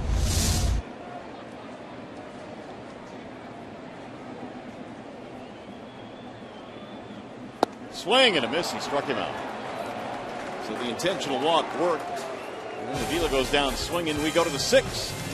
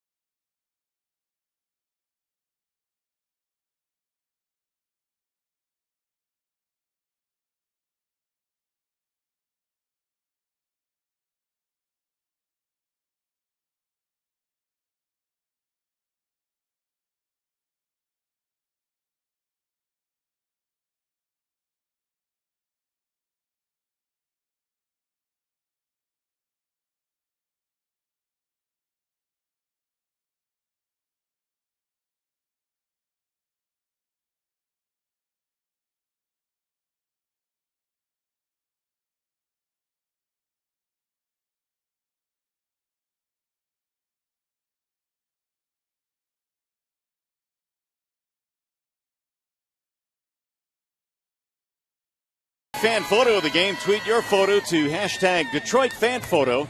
You'll have a chance to be shown in an upcoming game broadcast. It's brought to you by AT DET. They're having way too much fun out there, aren't they? That's what they're supposed to do.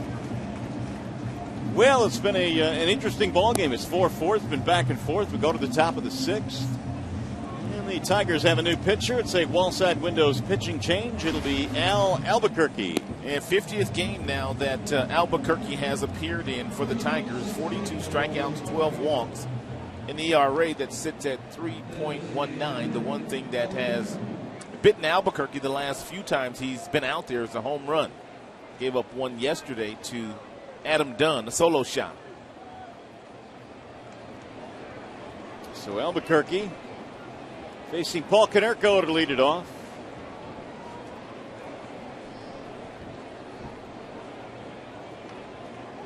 Smiley goes 5 in this ball game. Gives way to Albuquerque. He'll get a no decision. Will Drew. Paul Konerko is 2 for 2. Single, double, 2 runs scored. And it's in for a strike, 0-1.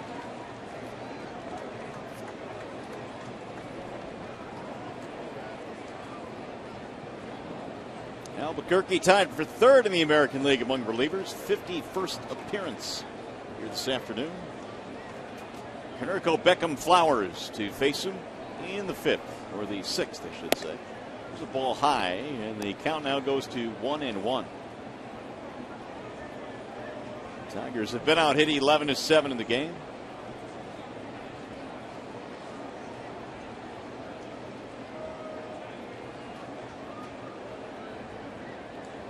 The 1-1 pitch. Thought about it. A little bit outside. 2 balls, 1 strike.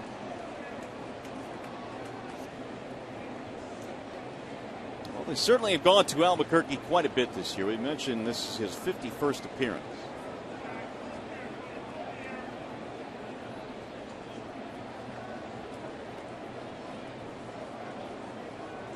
Al with the 2-1. Low 3-1. And I guess if you had to pick one guy that from start to finish has been the most consistent, you'd probably have to go with Jabba Chamberlain. Wouldn't argue with that. Jabba, the Tigers' 8th inning guy. Of course, the Tigers added some depth with Joaquin Soria. And the trading deadline is rapidly approaching. Rolled foul. Although I guess in recent years that's been somewhat of a misnomer because you can still make deals in the month of August. You only need waivers on the players, which makes it a little bit more difficult. This trade deadline, however, has been very exciting, though. There's been a lot of big-name players moved. And not only are the teams that are trading away, they're not just getting back young prospects. Some of these teams are getting back proven veteran players, all-stars. On his hands, and he flares one down the right field line, foul. There's also some talk that they are considering, because of the extra wild card now and so many more teams still in the race, that maybe pushing back the trading deadline into the month of August, which is an idea that's being floated around. That would make some sense. I would think so. More teams certainly believe they have a shot now with 2 wild cards.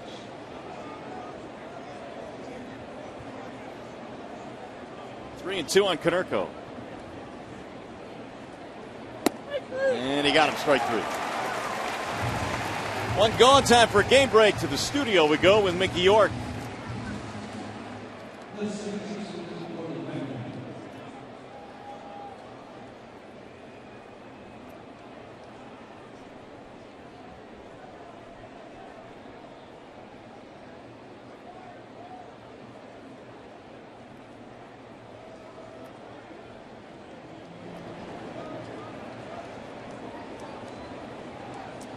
All right, Mick, yeah, that would be a good pickup for Baltimore as they lead the American League East, and that I think that division's certainly up for grabs right now between several different teams.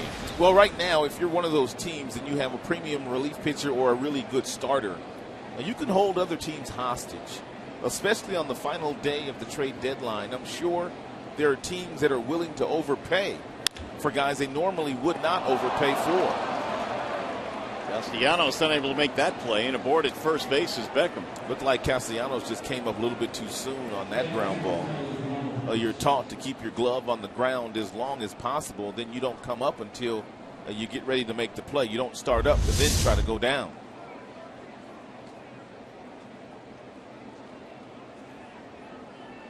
Yep, just picked the glove up prematurely. Right through the wickets, as they say. E5 for Castellanos. Here's Tyler Flowers. 4-4 game. We're in the 6th inning here at Comerica. Final game of this series.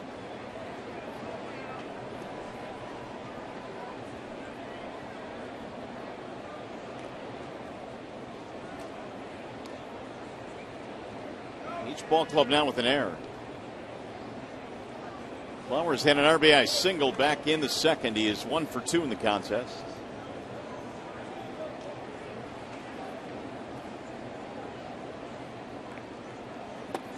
Ball inside, 1-0. There's action in the Detroit bullpen. Blaine Hardy is warming up.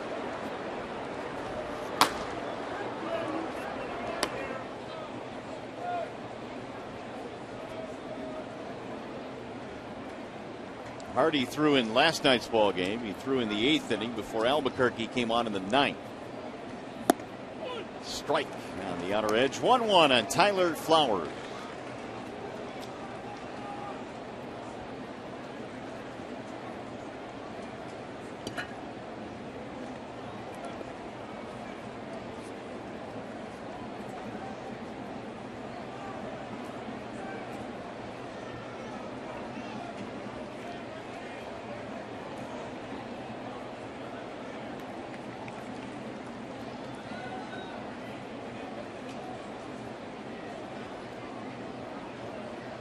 White Sox have gotten some production from the bottom of their lineup. Beckham, Flowers, Sierra, all with RBIs. They occupy the 6 through 8 spots in the lineup.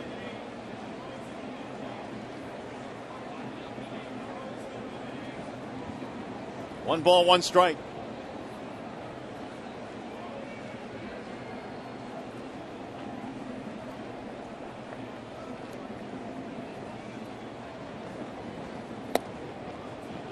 Two and one the count. Fastball counts. Albuquerque feels much more comfortable throwing his slider, and pretty much whenever he decides to throw the slider, he can throw it for a strike. He commands the slider better than his fastball.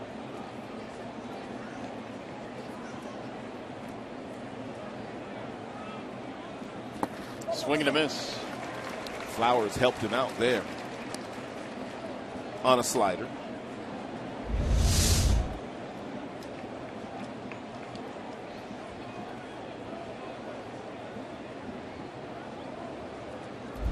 So the count is 2-2.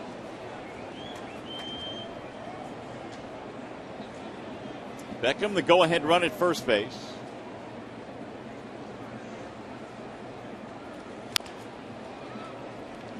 Two and two, the count stays on the catcher Flowers. Rockies coming to town tomorrow night. Verlander pitching game 1 in that series. Verlander absolutely dominant numbers against National League opponents. More wins than anybody in baseball.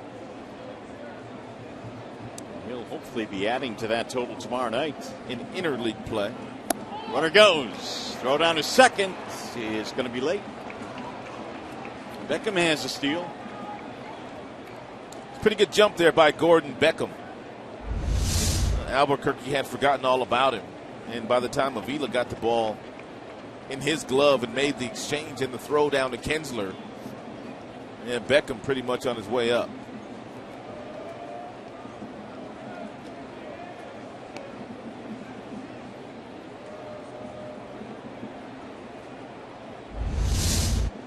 So now it's 3-2 with the man in scoring position. Beckham steals his 3rd of the year.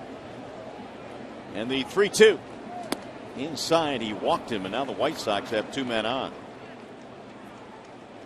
First walk of the game for Albuquerque. Going to bring up Moises Sierra, who already has 2 hits in this game, 11 total for Chicago.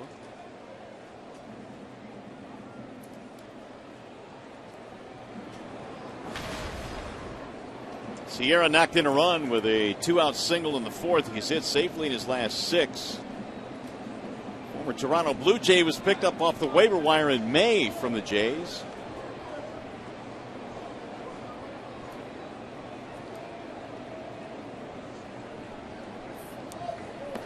Ball 1 is Avila goes down to block it.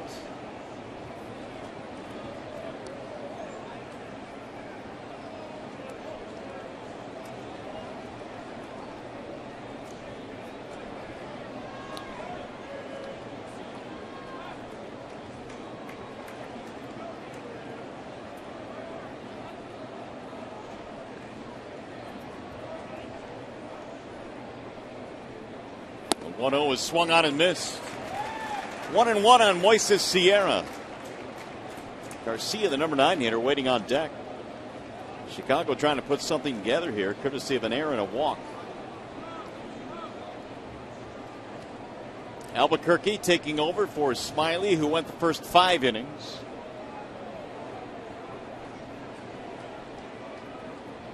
We've got Beckham and Flowers on the bases. And it is popped up. Shallow right field. Hunter coming in. And there are 2 gone.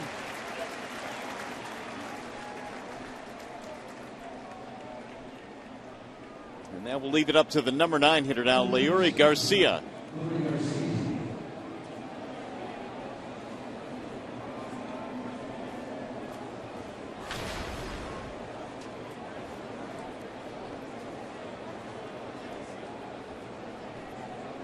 So Garcia, who has put the ball on the ground twice, will stand in.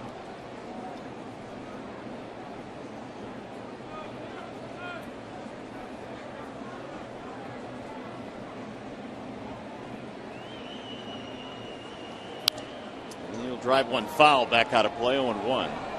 Garcia has something in common with Nick Castellanos. They both hit their first big league homers this year, and they both hit him off Josh Beckett of the Dodgers. How about that?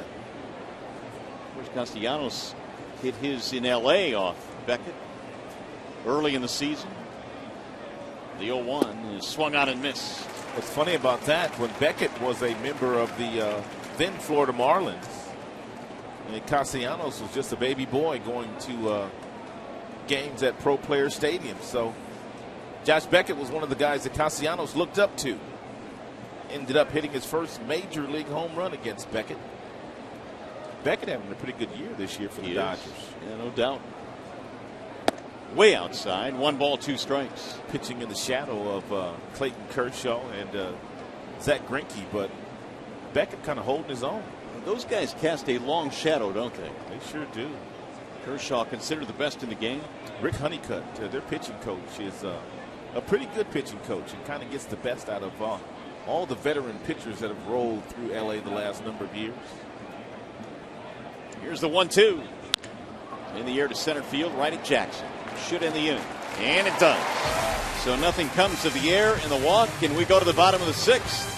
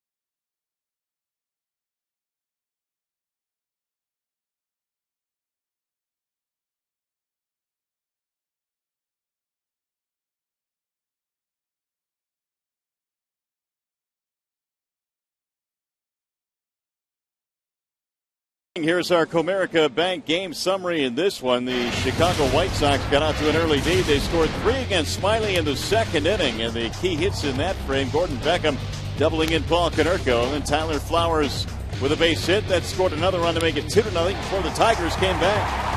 And Tigers, they went on to break out the big bats. That would be the third inning, a solo shot by Torrey Hunter into the White Sox bullpen. Then J.D. Martinez went the opposite way for another homer as well, and then they drove in one more run. That would tie the score with 2 out. Sierra driving in Paul Konerko. It's been a back and forth affair here this afternoon in front of a packed house, better than 41,000 fans. And we have a Wallside Windows pitching change now. It's Ronald Belisario coming in. And Belisario's got some heavy sink on his fastball. You see the strikeout numbers, 37 strikeouts in 43 games, 14 based on balls. The ERA sitting at 5.22. However, for Belisario, his stuff is much, much better than an ERA that sits at 5. So Belisario goes to work here against the number 9 hitter, Eugenio Suarez. He's got about 95 to 97 with some arm side sink with his 2-seam fastball. Former Los Angeles Dodger goes to work, and it's a ball outside to Suarez.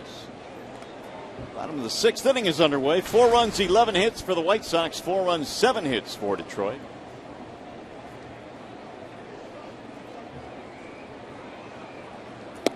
That's in there for a strike.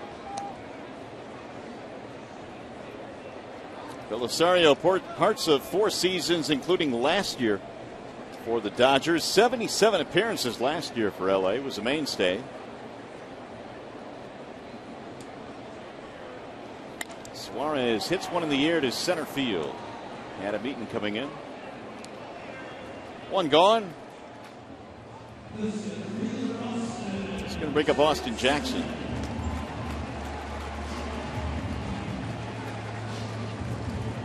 Another multi-hit game today for AJ. 2 singles. Got an RBI as well.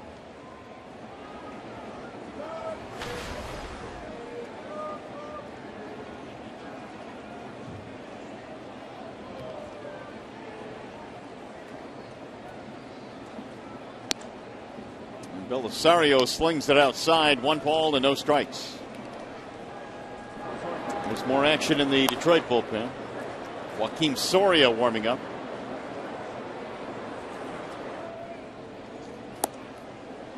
Ball low. 2-0.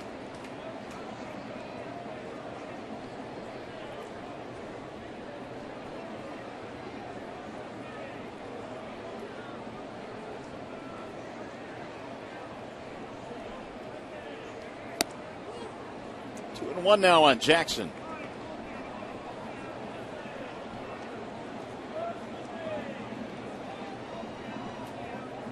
Righty's lifetime have had trouble against Belisario, just 2-11. Here's the 2-1. Bouncing ball back up the middle. Alexi Ramirez with a running scoop, and Jackson is out, 2 gone. A couple of outs here for Belisario. That'll bring up Ian Kinsler.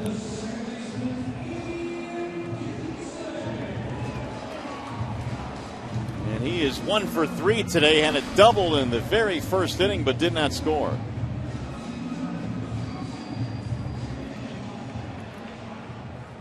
Neither starting pitcher will get a decision today. It's in the hands of the bullpen now for both sides.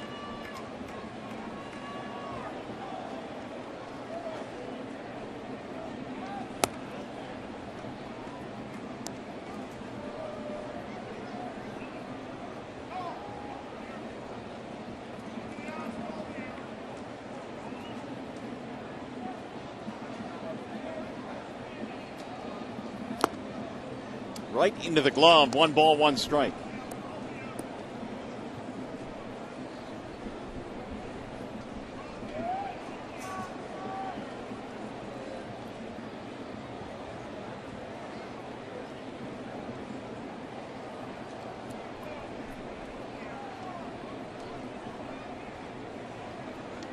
Now the 1-1. And Kinsler sends a ground ball to second. That'll be routine there for Beckham. And Belisario comes out of the bullpen with a 1-2-3-6.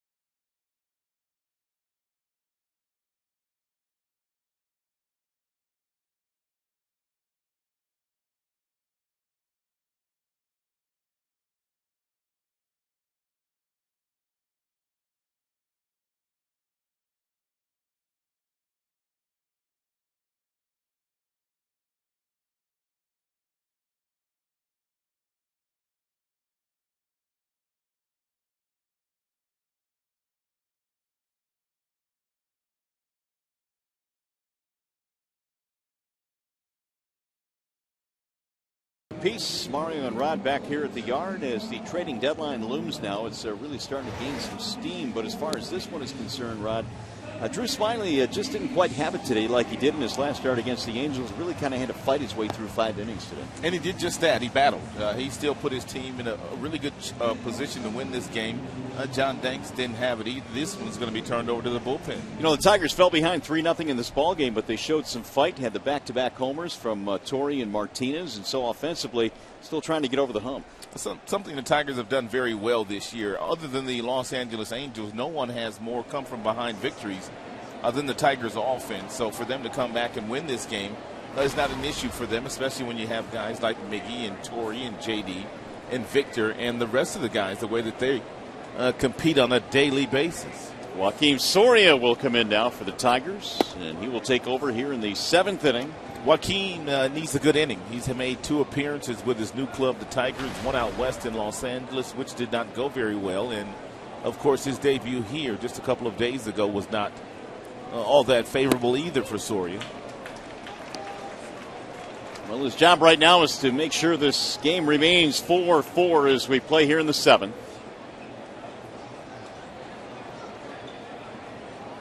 Top of the order, Adam Eaton is leading things off, and then Ramirez, and then Abreu. A couple of different fastballs for Soria. He'll sink it, he'll cut it. He's got a 4-seam fastball as well. He's got a good breaking ball, whether it be the curveball or the slider. And he throws a lot of strikes. I mean, this guy usually does not walk anybody. 2 more hits in this game for Eaton this afternoon. Has a couple of singles. He's also knocked in a run. Yeah, he's been slapping the baseball all around the ballpark the last 3 days. Now there's a bad break for the Tigers. He strikes out, but he's going to reach. Bad break for Soria, too. So the leadoff man is on here in the 7th. It's a breaking ball that's down. Avila doesn't turn the glove the other way to try to block it. He was I'm thinking that he was going to catch that ball in the air. And because the glove was not turned over, he really had no shot to block it. The ball simply rolled up the left arm. Strikeout, wild pitch. There's Alexi Ramirez. Well, he wouldn't ground into another double play here today, would he? Well, let's give it a shot. He's grounded into 3 in the series, a total of 17 on the year. 2 of those today.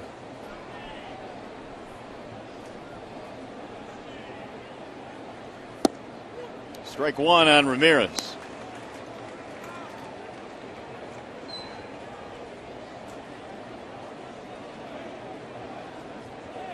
You've seen Soria a little bit, 2 for 10 against Joaquin. Most of the players on the White Sox team that have been with the team for the last 4 or 5 years, they know all about Soria.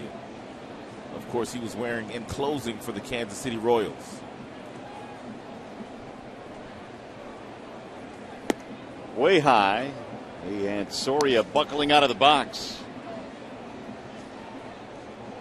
1 ball and 1 strike on Alexi Ramirez. We've been tied at 4 since the 4th.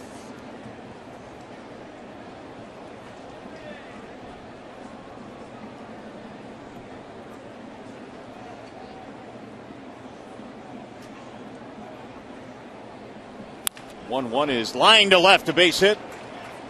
Eaton hitting the bag hard at second. He's coming to third. He dives in safely, and to second base goes Alexi Ramirez. Boy, can Eaton fly. That might have been a play where you would go to second base. Looked like Eaton was going to make it to third base no matter what. He can really run, as you mentioned. If J.D. Martinez comes up and throws this ball to second instead of throwing that ball to third, he keeps a double play in order.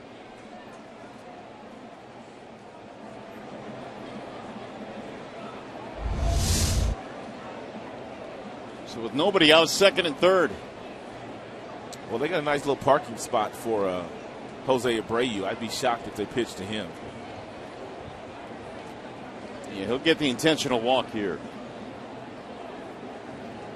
which means Abreu will reach for the 4th time this afternoon. And they'll take their chances with Viciedo waiting on deck. Abreu has worn out Tigers pitching this year. in his rookie campaign in the big leagues. 5 of his 31 home runs against Tigers pitching. And he's had a really good series here the last 3 days.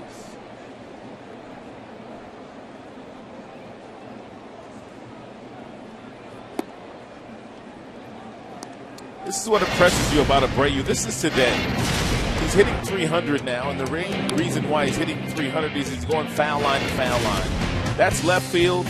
Here's right field. And he's going to take one into the left center field gap on a double his last time up. So this guy not only has tremendous power, but he's got a pretty good idea when he's standing in that batter's box. So Abreu in the series now 7 for 11. He's had a monster series, and the White Sox will dip into the bench now as Connor Gillespie picks up a bat. And Soria is going to have to pitch out of a jam again for the 3rd consecutive outing that he has towed the rubber for the Tigers.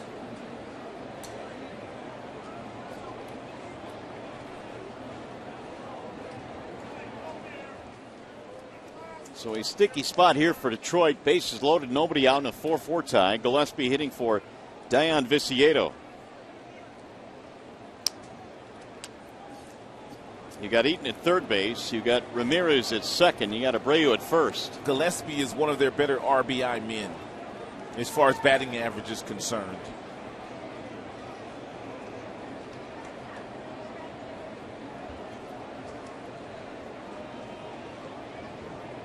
.323 batting average. He's knocked in 38 this year.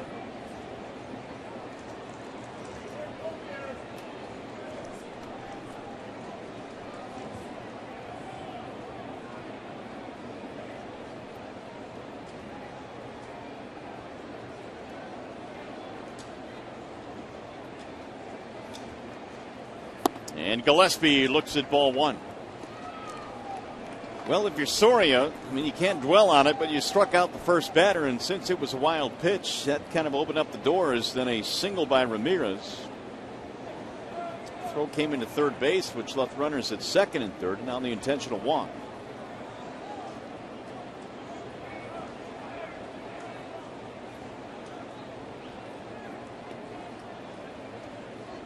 Here's the 1-0. Had a rip, fouled it straight back. 1-1 on Connor Gillespie.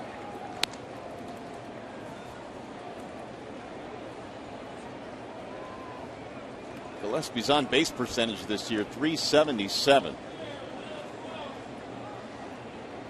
All 4 of his home runs have been hit here in the month of July.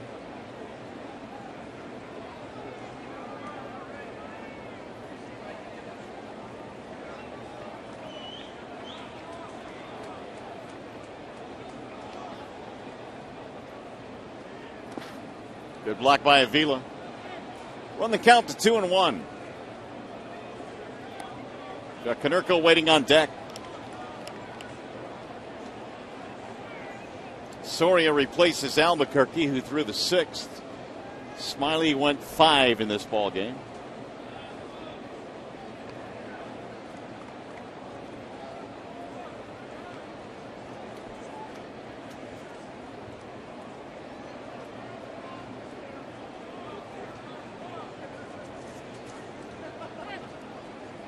Time called as Gillespie steps out.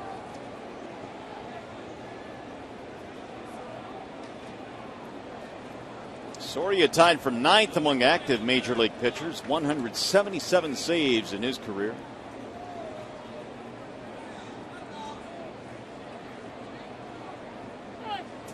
And now Avila is going to go out to the mound to make sure that they're on the same page here with the bases loaded.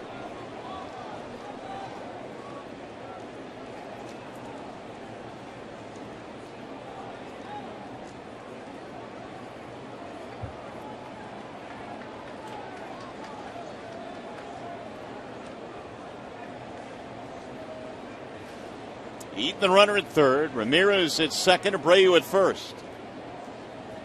Here's the 2-1. Off the mask. This time it got the home plate umpire, Tim Welke. 2 balls, 2 strikes.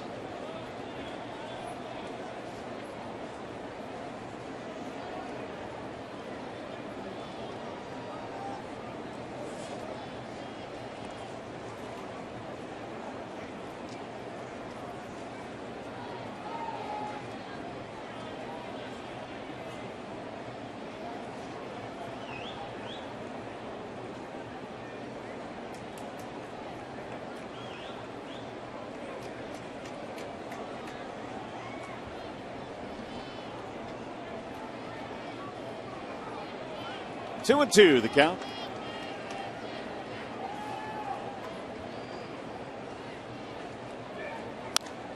And he popped him up. Third base side, will it stay in play? It will, and Avila makes a nice running play. So Gillespie, the pinch hitter, is out.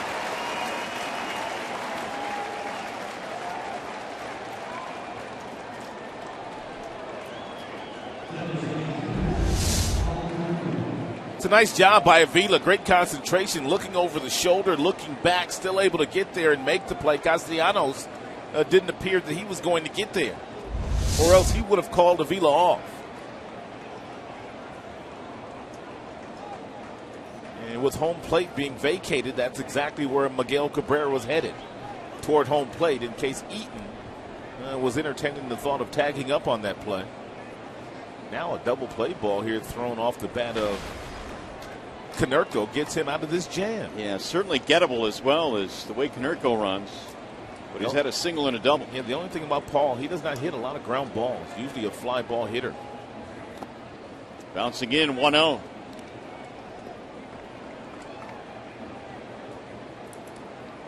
Anything remotely deep enough with the speed of Eaton down at third, and he's coming home. Apparently Avila and Soria continue to change the signs with a middle infielder standing at second base. That would be Alexei Ramirez. And if Alexei Ramirez wanted to relay signs to Konerko, I'm not saying he is, but if he wanted to, he's been out at second base long enough to know exactly which sequence Soria and Avila are using.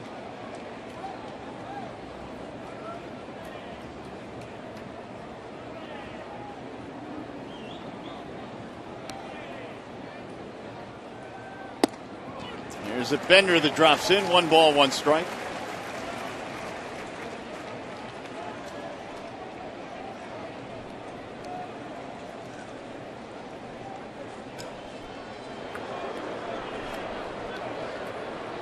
Lane Hardy is heating up.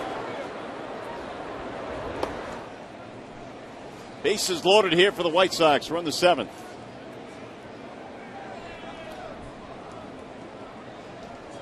Now the 1-1. Oh, he hit him with the bases loaded, and Konerko will take first, and the White Sox will score a run. Right now, let's check back into the studio. Here's Mickey York.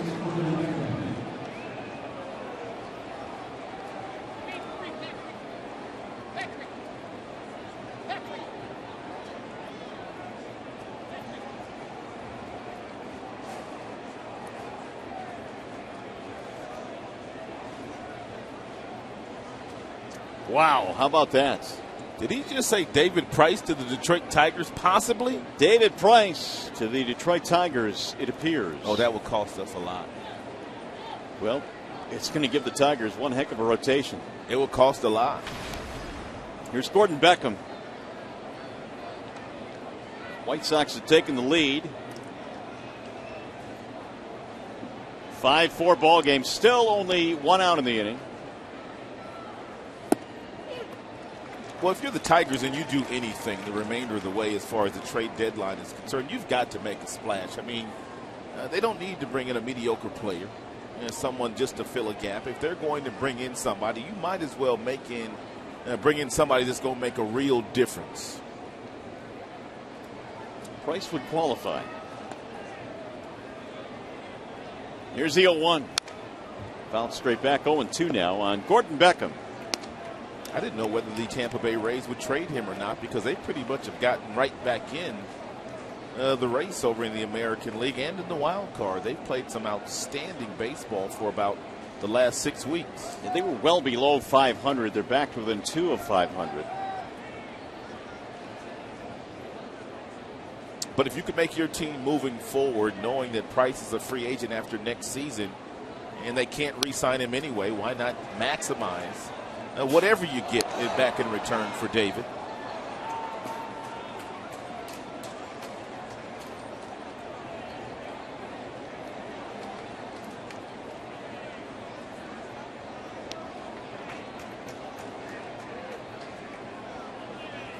No balls, 2 strikes.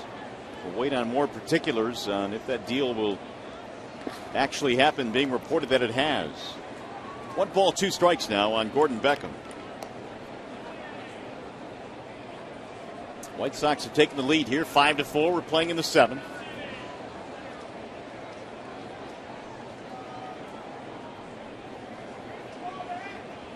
Ramirez now at third base. Abreu is at second base. And Konerko, who was just hit by the pitch, he's at first.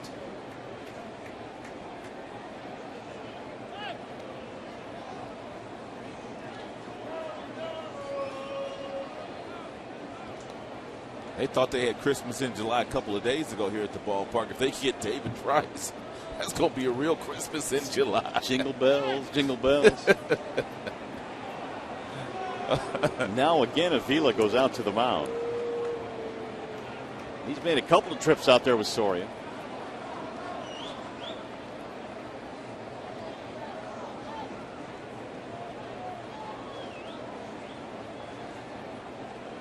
Five runs, 12 hits for Chicago. 4 runs, 7 hits for Detroit.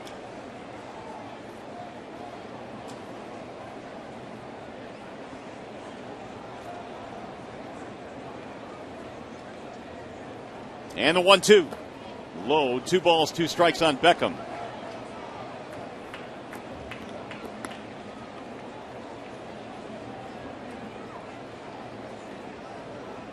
Comes Brad Ausmus now out to talk with Tim Welke.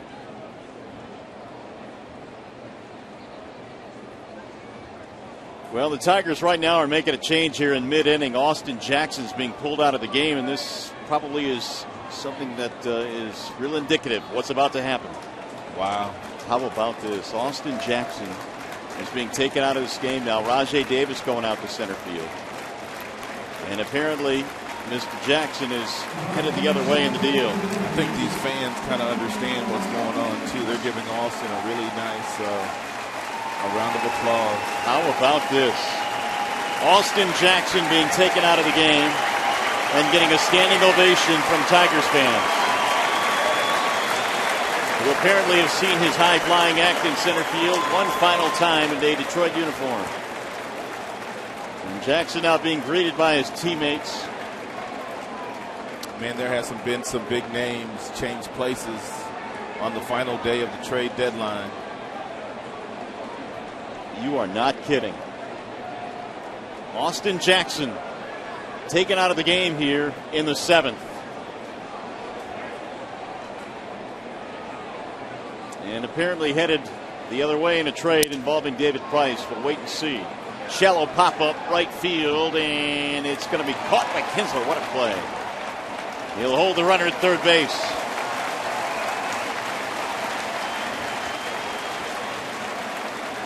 Two gone. It's a heck of a running play there by Kinsler. Meanwhile, Jackson saying his goodbyes. What a surreal feeling that has to be, to walk off the field in the middle of an inning. It's got to be difficult for Austin if, in fact, he is going to the whichever team he's going to. If it's a 3-team deal, 2-team trade, if he is moving and going somewhere else, it's going to be bittersweet for him. There's no doubt about that.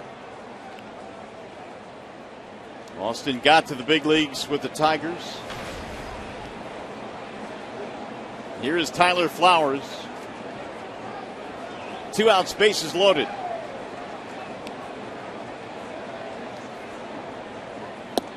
Check swing, ball high. They want the appeal. They're not going to get it. Soria now has thrown 26 pitches here in the 7th.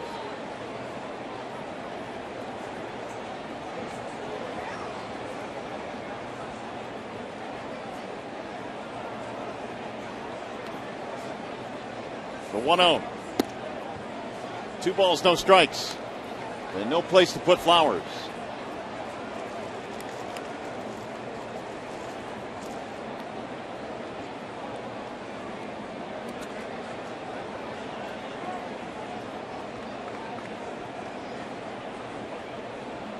Flowers knocked in a run with a base hit back in the 2nd.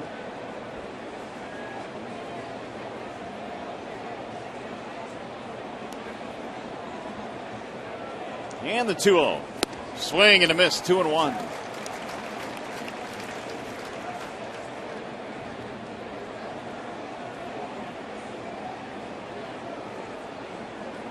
There's a buzz in this place now all of a sudden, isn't there? Yeah, all it took was Austin Jackson running off the field, and folks, I'm sure, checking their phones. I mean, there is a buzz in this place. Here's the 2-1.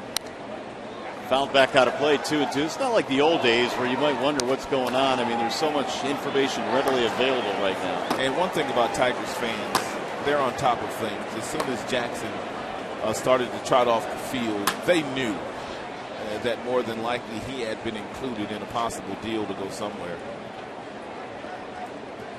Dave Dombrowski came down from upstairs all the way down to the Tigers dugout to relay the message to Brad Ausmus to take Austin Jackson out of the game. And he got him, strike 3. Soria allows 1 run. The White Sox will take the lead. Austin Jackson apparently has played his final game in a Tigers uniform as he departs here in the 7th inning. Coming up, the Health Plus 7th inning stretch.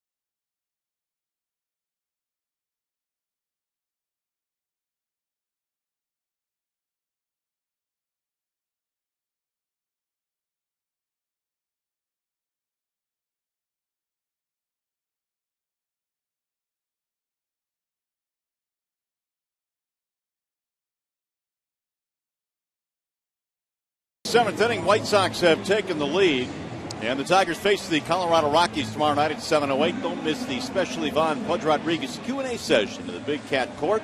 It's beginning at 6 o'clock. If you'd like tickets, call 866-66-TIGER or visit tigers.com. Tigers honoring Pudge Rodriguez. Well, they signed Pudge Rodriguez to a free agent contract before the 2004 season. He changed the culture of baseball right here in Detroit. As a matter of fact, Al Kaline, Mr. Tiger, said it was the biggest free agent acquisition ever made by the Tigers. Ever. Well, it's a one-run deficit now for Detroit, and Miguel Cabrera will start things off here in the bottom of the 7th. Connor Gillespie will stay in the game at third base.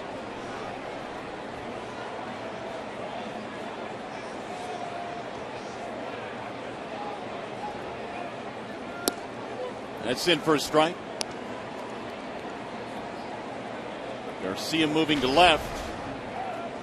With Viciedo being taken out of the game for the pinch hitter. Miggy batting .311 is 0 for 3.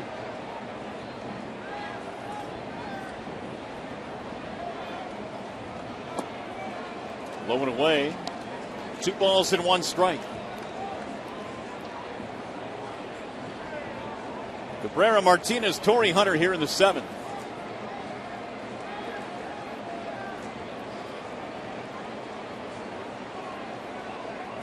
Here's the 2-1. Pop up, and it'll go foul.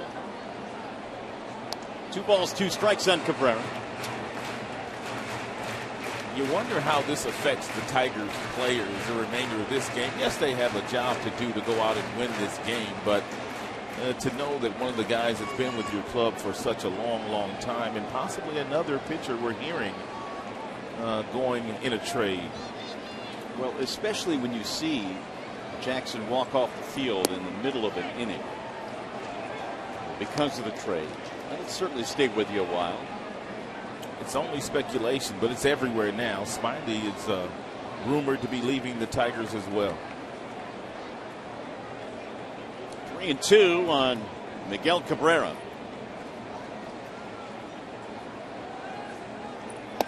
And he got him, strike 3. Ooh, Miggy didn't like that call. He's saying it was eye high. Tim Welke disagreed.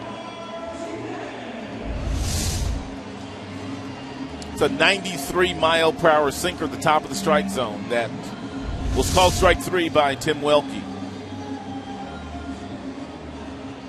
1 out in the 7th. Here's Victor Martinez.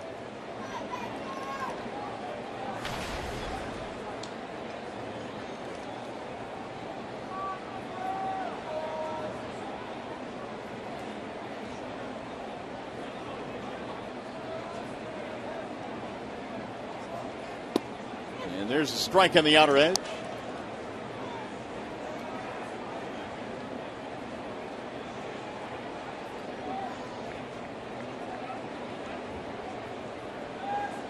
Martinez is 0 for 3.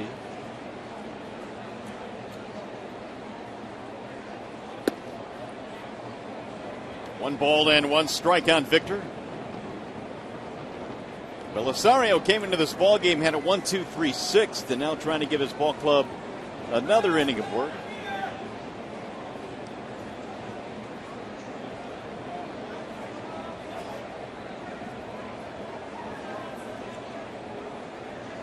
Here's the 1-1. Pulled foul right by Omar Vizquel. He had to dance out of the way. 1-2 the count.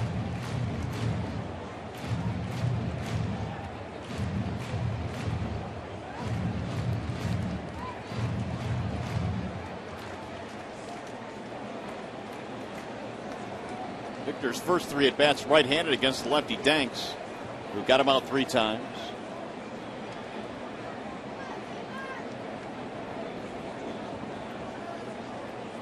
And the 1-2. Bouncing ball foul again.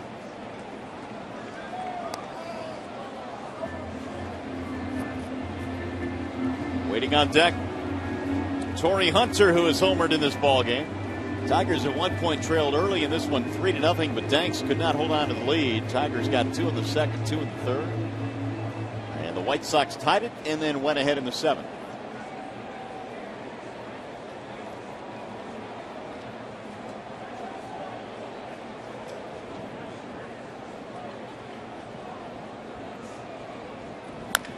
Bouncing ball to second. It'll be a routine play there for Beckham. And that'll mean Martinez is 0 for 4 in this game. 2 outs. Bring up Torrey Hunter.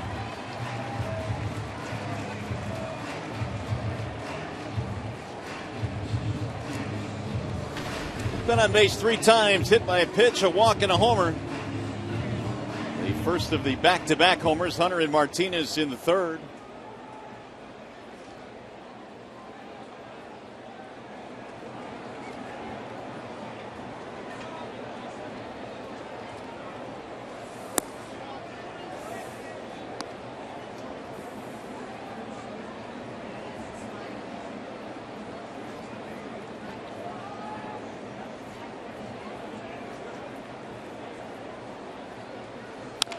Bouncing ball back up the middle. That's going to find a hole. Base hit. And so the Tigers have the tying run on now with 2 outs. Here's J.D. Martinez.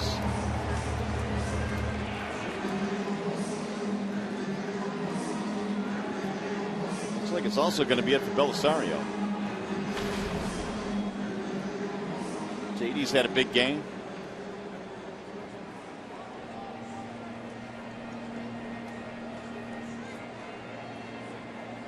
they'll take the baseball from him. Robin Ventura will make a pitching change here.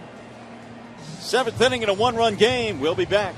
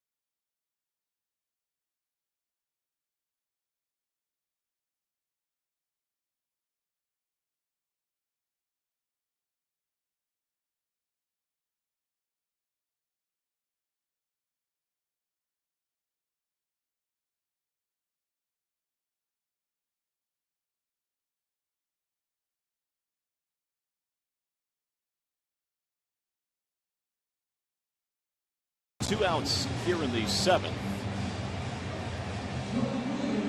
And the White Sox have gone back to the bullpen. So Belisario goes an inning and 2/3. And Javi Guerra comes on now for Chicago. And Guerra has a pretty good earned run average at 2.81, 22 strikeouts, 12 base on balls in 23 games for Guerra, which means he's nearly averaging 1 strikeout per game, per inning.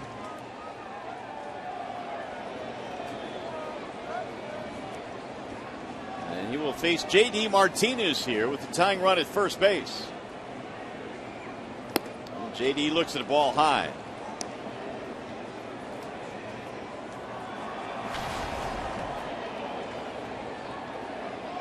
Javi Guerra spent parts of 3 seasons over in the National League with the Dodgers.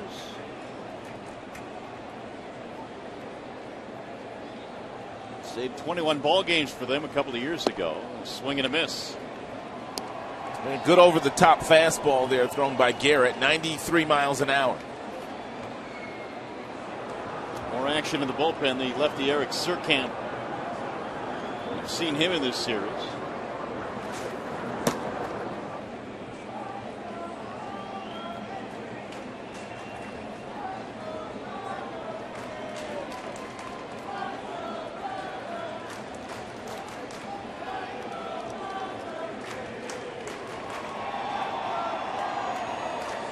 Guerra first got to the big leagues with LA back in 2011. White Sox got him off the waiver wire this past March, late in spring training. Here's the 1-1. 1-2 now on J.D. Martinez.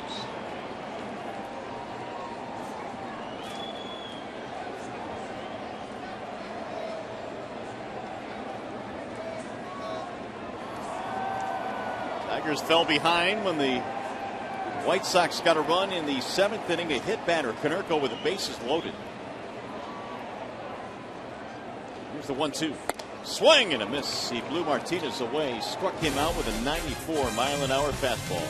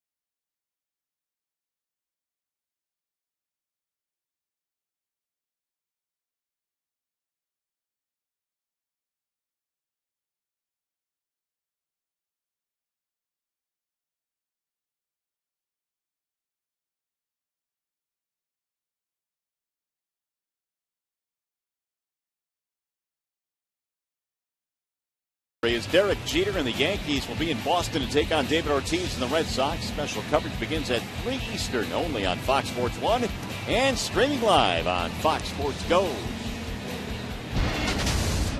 The Tigers have gone back to the bullpen now as we go to the 8th inning. It'll be Jabba Chamberlain coming out. Jabba's been very consistent out of the Tigers bullpen all season long, now pitching in his 48th game. He has 22 holds with an ERA that's under 3 and quite a few strikeouts to go along with the rest of Jabba's numbers. So Chamberlain takes over for Soria. Albuquerque has also pitched in this game.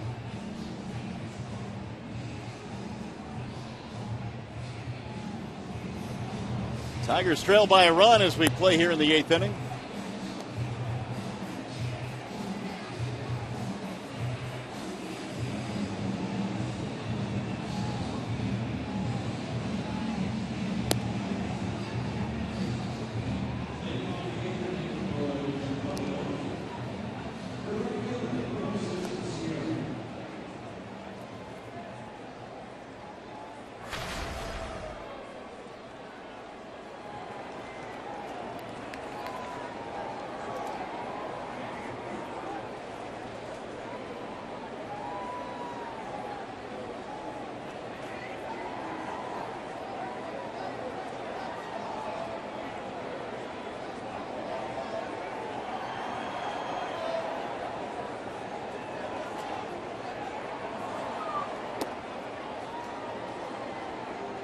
Moises Sierra leading things off here in the 8th. It'll be Sierra, then Garcia, then Eaton.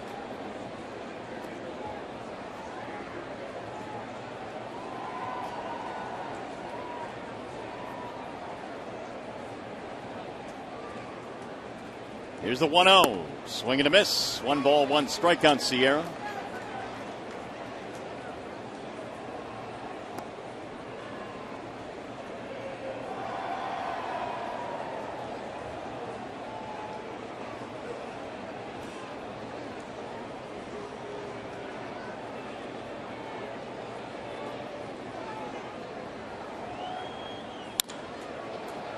That'll get down a base hit.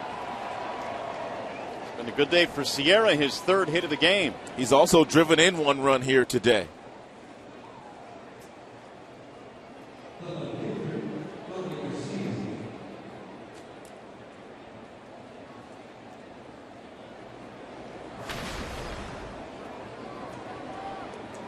Here is Leury Garcia, who is 0 for 3, flying to center field his last time up.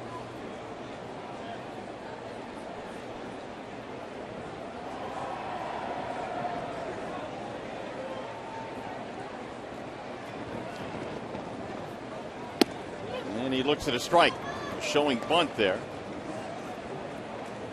1-run game here in the 8th, 5-4 in favor of the White Sox. It's a nice fastball upstairs at 93 miles an hour thrown by Jabba Chamberlain. He was thinking that Garcia might be up there sacrificing. Therefore, he threw a ball up in the zone to see if he can get him to pop it up.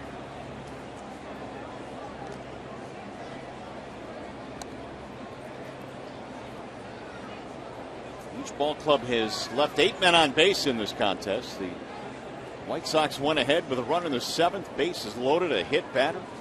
Canerco hit by the pitch.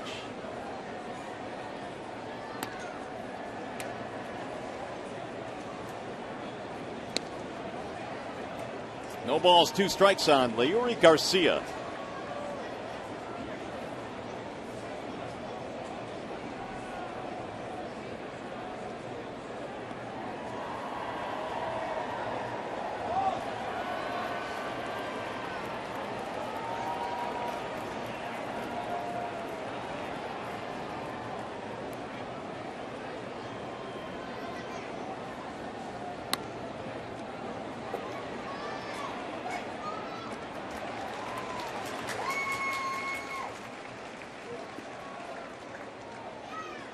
Sacrifice advances the runner, and that'll put Sierra in scoring position.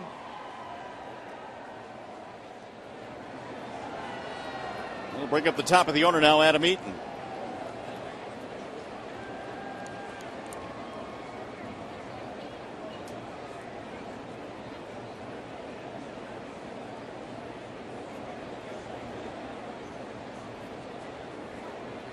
2 singles, an RBI ground ball.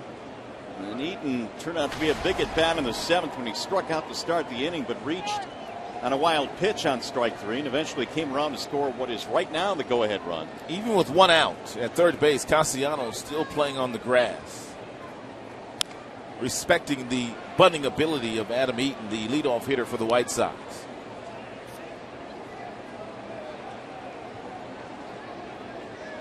Chamberlain, the 3rd Tiger out of the bullpen. Albuquerque, Soria, now Java here in the 8th.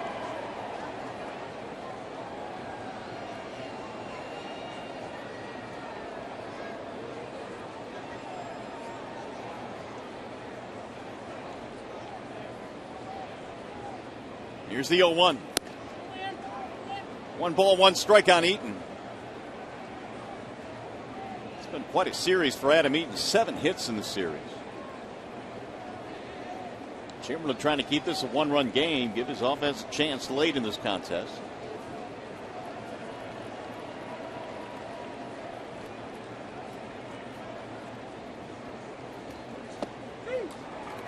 One and 2 on Eaton.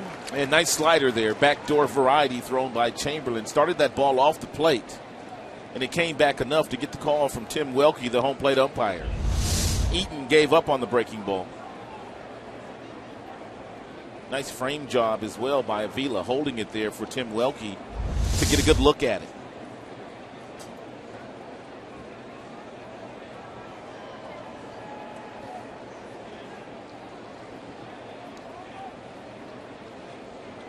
First it was Soria, now it's Chamberlain with a runner on second base. Having a little difficulty discerning the signs given by Avila.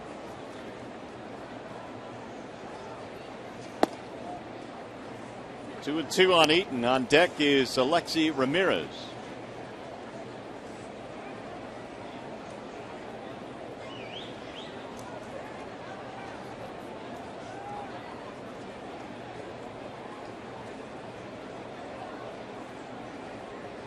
Here's the 2-2, and it's outside. 3 balls and 2 strikes.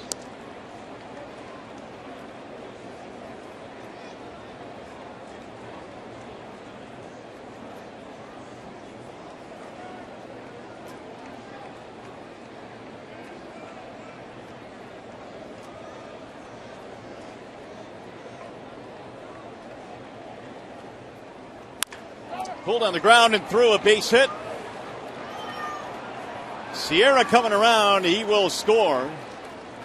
It's another hit in the series for Eaton. This is a big one. It gives Chicago a 6-4 lead. It's the first time that he's pulled the baseball in the series. Everything else that Eaton has hit has been to left field or right back up the middle, but that time got a pitch from Jabba Chamberlain. It's a breaking ball that's up in the zone and hit it right past Miguel Cabrera.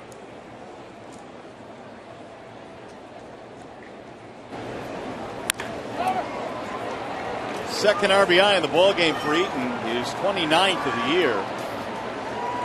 It's also the 14th hit of the game now for Chicago. They lead 6-4, still only 1 out. Here's Alexi Ramirez.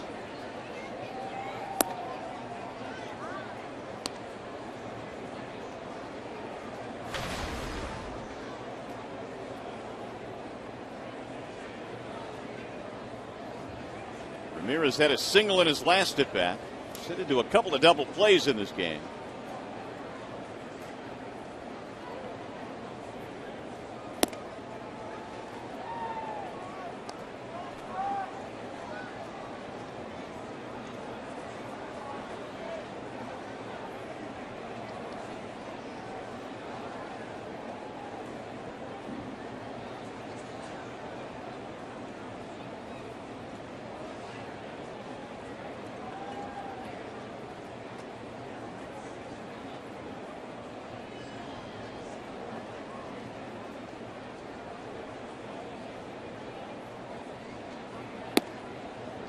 Ball 3 now on Ramirez.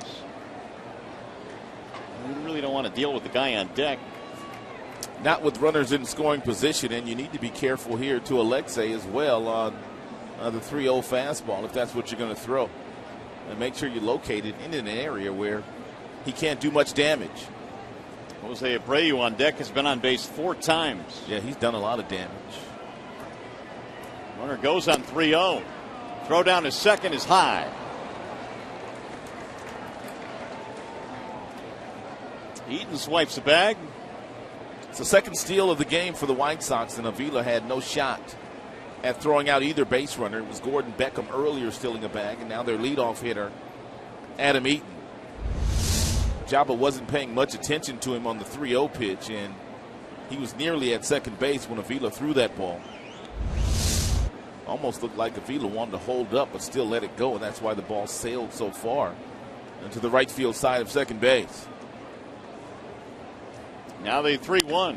Ground ball fair inside the bag at third. That'll get another run in. Eaton will come around to score. Ramirez on his way to second, and he'll stop there. Double and an RBI for Alexi Ramirez. Well, it gives the Tigers another opportunity to walk Jose Abreu without pitching to him, if that's what they choose to do. Looked like another breaking ball that was hit by Ramirez right underneath the glove of Castellanos. 7-4 ball game. And Abreu, who was walked intentionally in the 7th, will get another free pass here.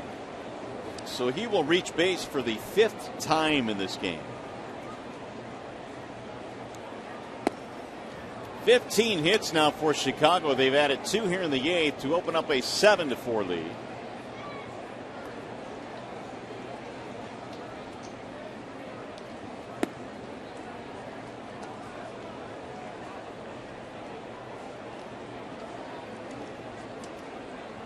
Single, 2 doubles, and 2 intentional walks for Jose Abreu. That gives Abreu 11 total intentional free passes on the season. Here is ball 4 missing outside, so put him on. Still only 1 out of the inning, and that was the sacrifice by Garcia. Brad Ausmus is coming out, and he's going to make a pitch and change. With Gillespie due up next. And Blaine Hardy coming in, and we shall return.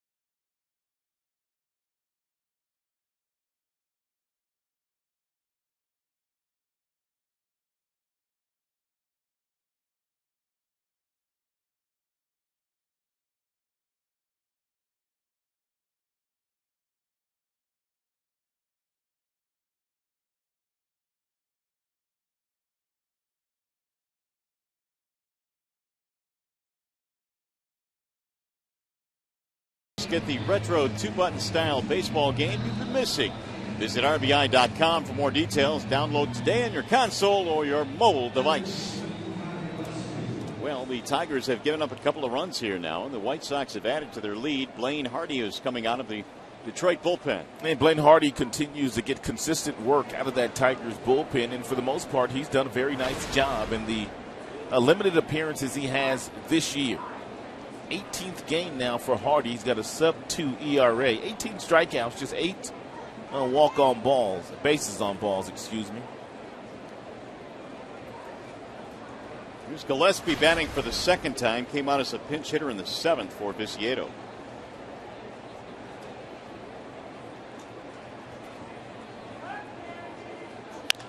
And he pops it up again, left side of the infield this time. And Castellanos brings it in, big out there. 2 gone.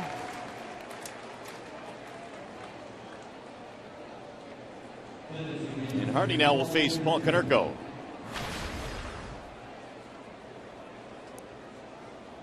He's had a big day.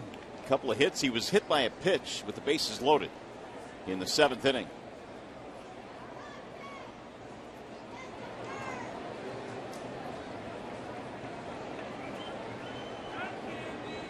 Two on, 2 out. Ramirez and Abreu, the base runners for Chicago. They lead 7-4. In their first strike.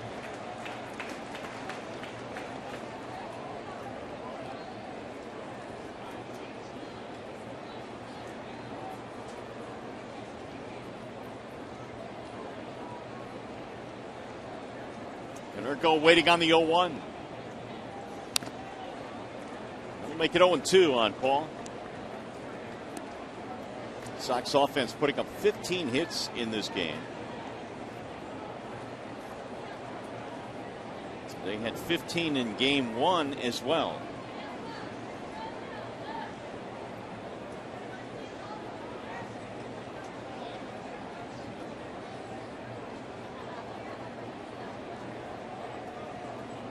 And the 0-2.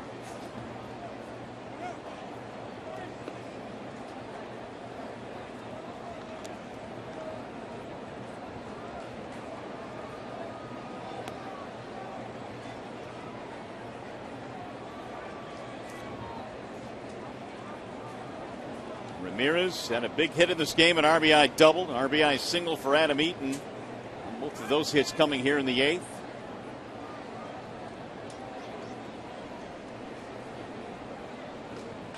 And the 1-2. Again bouncing in. Again Avila down to block it. 2 balls and 2 strikes. And a nice block by Avila, knowing that the Hardy breaking ball, when he's right, he gets on top of it, and usually that ball is down in the dirt. But Avila up for that challenge.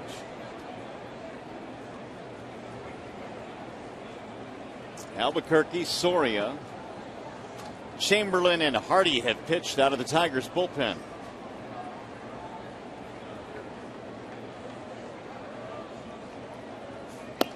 High, and now we've gone to 3 balls, 2 strikes on Konerko. Quietly, Blaine Hardy has acquitted himself quite nicely out of that Tigers bullpen, pitching in his 18th game. The ERA is sub-2, and Brad Ausmus continues to pitch him in real tough spots lately.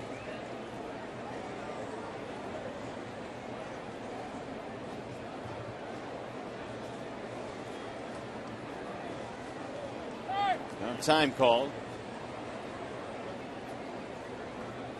3-2 on Konerko.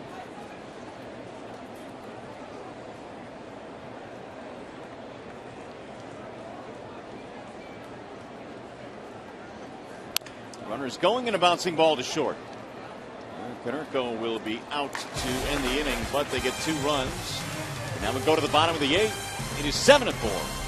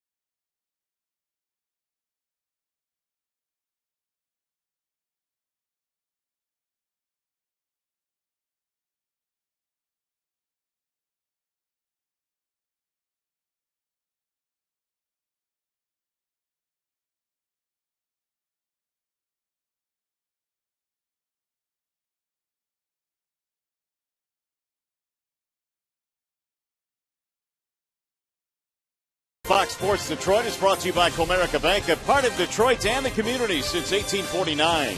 Your Metro Detroit Chevy dealers. Visit ChevyDetroit.com and see why Chevy drives the Motor City. By Wallside Windows, the official window company of Fox Sports Detroit. And by AT&T, mobilizing your world.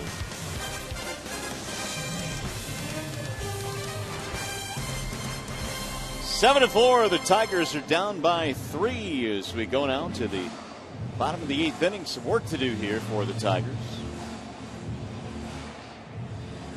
It'll be Castellanos leading it off, bottom 3 for Detroit. Castellanos, Avila, and Suarez. Castellanos walked intentionally his last time up. He has walked twice.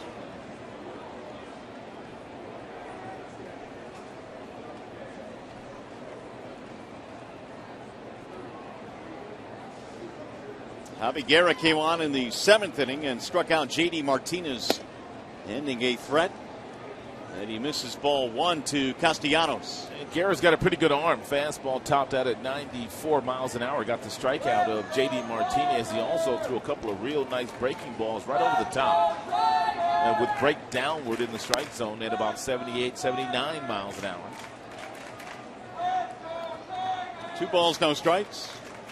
And good fastball count here to hit in for Nick Castellanos.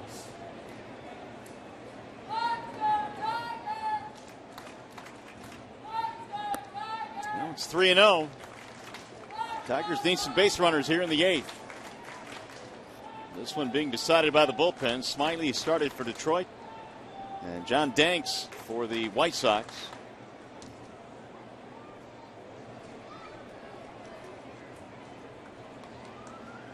The 3-0 pitch. That's in there, 3-1. I think with 4 RBIs in the series, they came last night.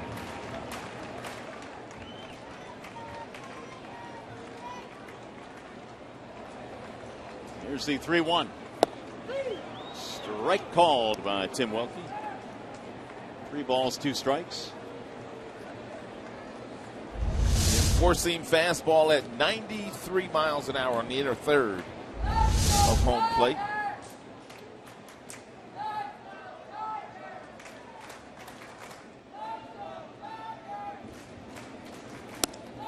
Just it outside.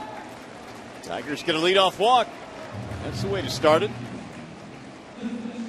Here's Alex Avila.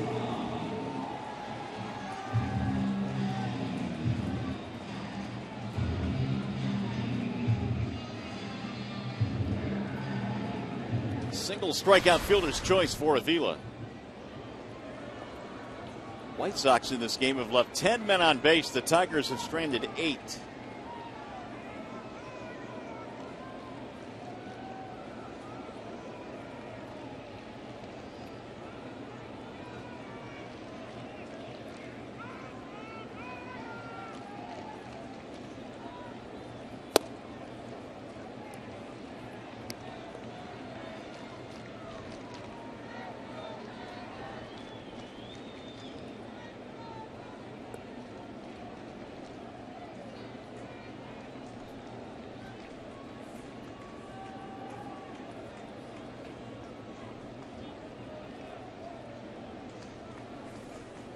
Here's the 0-1.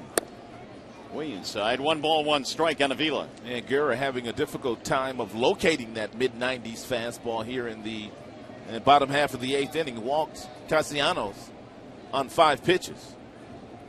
Threw a fastball right by Martinez to end up the 7th inning. 94-mile-an-hour fastball to strike him out with a man on. Here's the 1-1.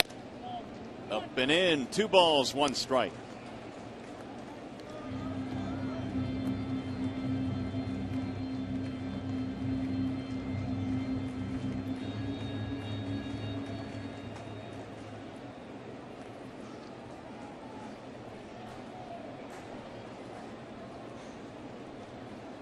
Swing and a miss. Big rip there by Avila. 2 balls, 2 strikes on Alex. Well, kind of gives you an idea that the fastball may be difficult to pick up. 2-1 count. Avila sitting on a fastball. He's seen 3 fastballs in the mid-90s, but Guerra able to sneak that one by him.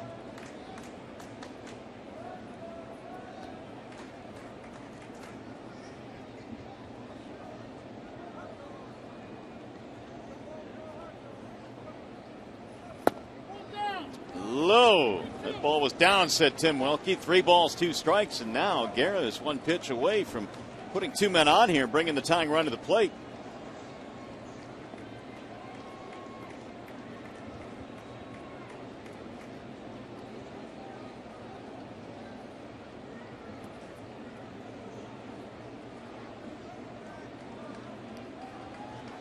Here's the 3-2. Swing and a miss. Sevilla down on strikes. 1 gone. Bring up Suarez. Eugenio today with a sacrifice fly, knocking in a run. 0 for 2 otherwise. Tigers fell behind 3-0. One ahead 4-3, but they've been trailing for the last couple of innings.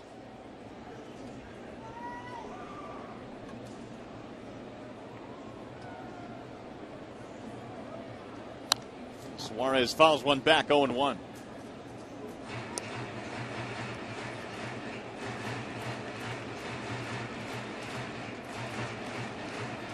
Rockies coming in beginning tomorrow night. Tigers back to interleague play for a spell. They've got 3 against the Rocks. Friday, Saturday, Sunday, Colorado been struggling over in the National League West. Justin Verlander will pitch tomorrow night for the Tigers, and he's been dominant since coming to the big leagues in interleague play. He's had very little problem with National League opponents. Phil Cope loosening in the Detroit bullpen. The 0-2.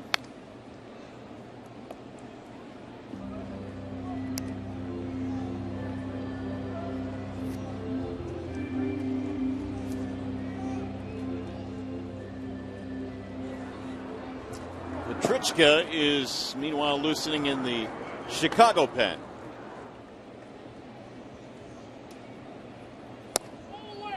Missed it outside. 1 ball and 2 strikes.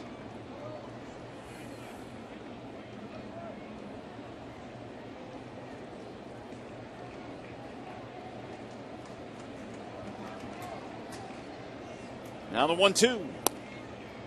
Ooh, got him strike 3. Suarez thinking, well, you didn't call the last one out there. Well, Welke waited a little bit longer that time before he pulled the trigger. He took a real nice long look at it before deciding whether he's going to call it a strike or not. 3rd strikeout for Guerra.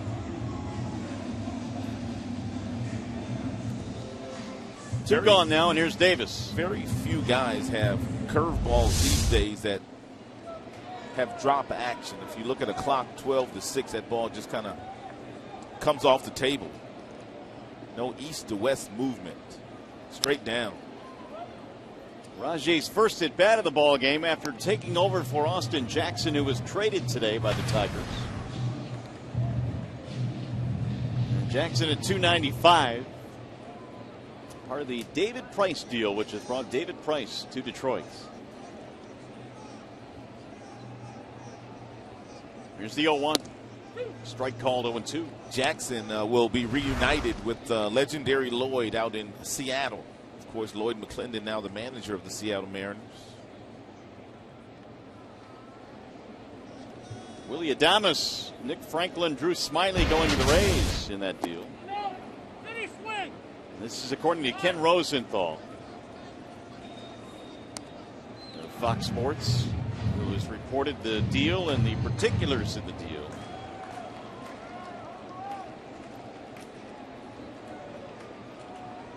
We were just talking about Willie Adames the other day, the young shortstop, only 18 years old in the Midwest League. Huge prospect. It's fouled straight back. But he's just that, a prospect, until they get up to this level.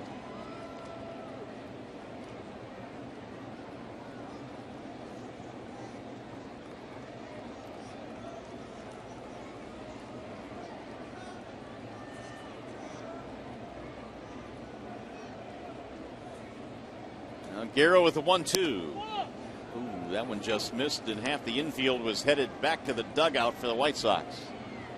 I thought they had strike 3.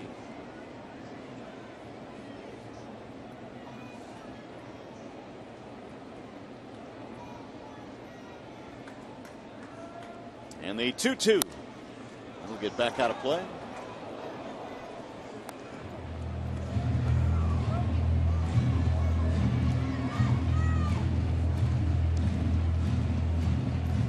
Rajay Davis 1 out of 5 in the series. Waiting on deck is Kinsler.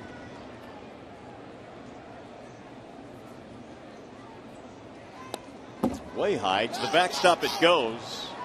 There is no play down at second. Advance the runner.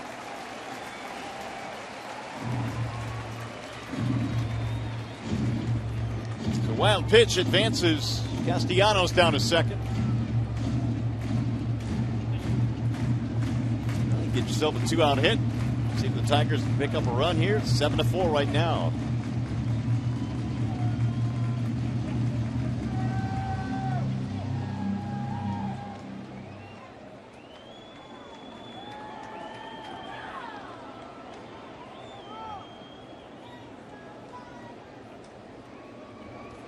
Swing and a miss. He got him to chase him. Rajay is out of there. So Guerra strikes out the side. We go to the 9th.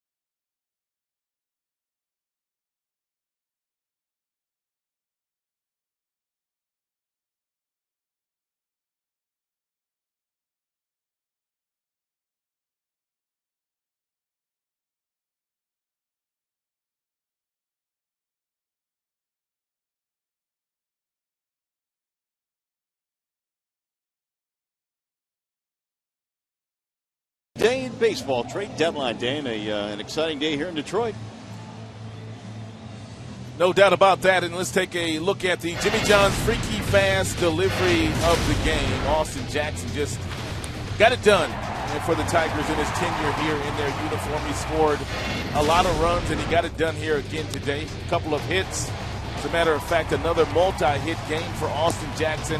15 total in the month of July, second most in the month of July for a Tiger since Ron LaFleur did it. So we wish Austin well in his new endeavors. The Tigers will make adjustments to their outfield, but they certainly get a dynamite starting pitcher in return. Here's Phil Koch, who will check in now and pitch in the 9th inning. And 24 strikeouts for Koch this season, 14 base on balls in the 36 games that he has been in. Fastball anywhere from 93 to 95 with a breaking ball that's a usable pitch when he gets on top of it and buries it away from the left-handed batters. Also changeups to right-handers. Gordon Beckham leads it off and looks at strike one. The 9th inning is underway. 7-4 in favor of Chicago in this game. Gordon Beckham to be followed by Tyler Flowers and then Moises Sierra. Beckham a double to drive in a run back in the second. And Koch ready with the 0-1. Lifted to center field. Rajay Davis backing up, still on the move. He'll run it down right at the warning track. One out here in the ninth. Gonna bring up Tyler Flowers.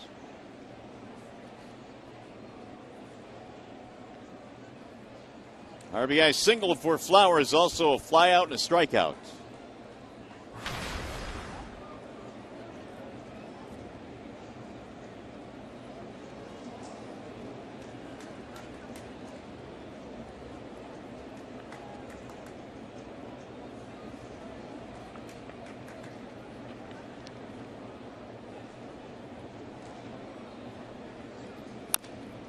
That's tapped foul, no balls, one strike.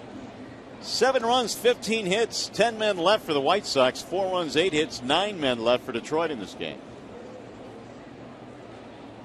White Sox trying to take 2 out of 3. They would move to within 7 of the Tigers if they win here today. Coke trying to keep this a 3-run game. The Tigers will have the heavy bats coming up. Kinsler, Cabrera, Victor Martinez in the bottom of the ninth. Into right field toward the corner. And caught on the run by Torrey.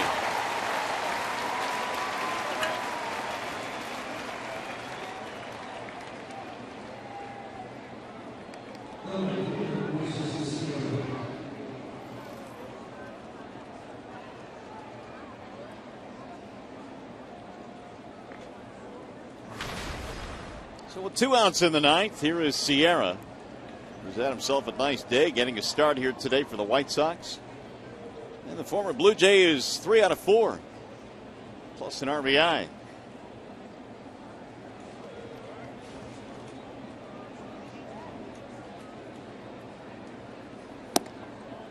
Ball 1 outside.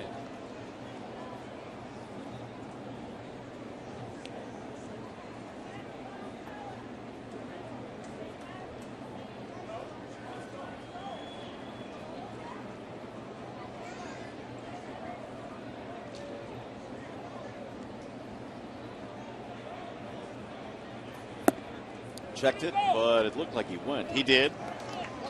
To Todd Titchener. 1-1 the count.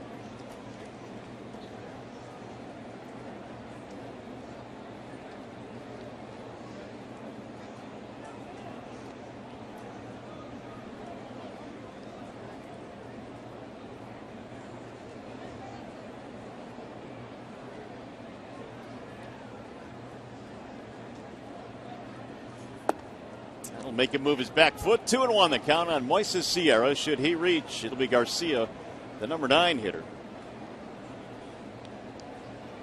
Heavy into the bullpen today for the Tigers. Albuquerque and Soria and Jabba, Wayne Hardy and Phil Cope.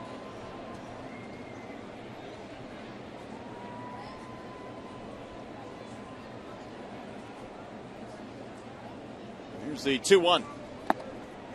Same location. 3 balls, 1 strike.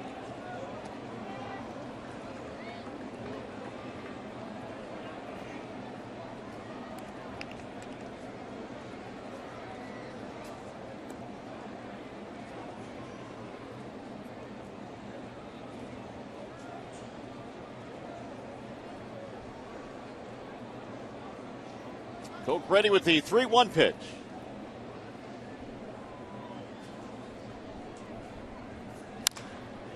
Drilled to right field. Hunter is on the run, and Torrey watches this one go over his head.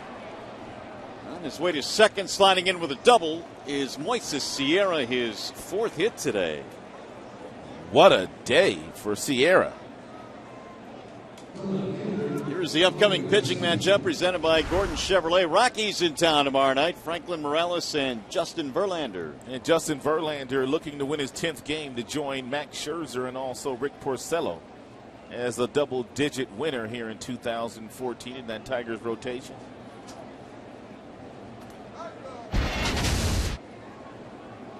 Here's Leury Garcia.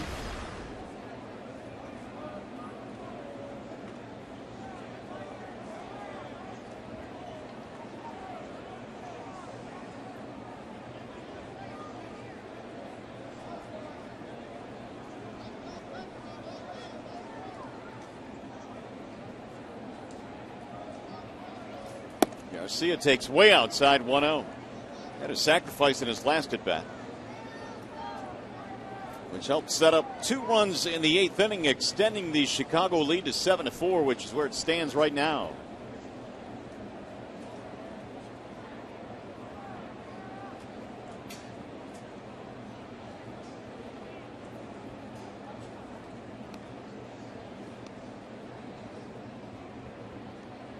Here's the 1-0. Make it 1-1 on Garcia.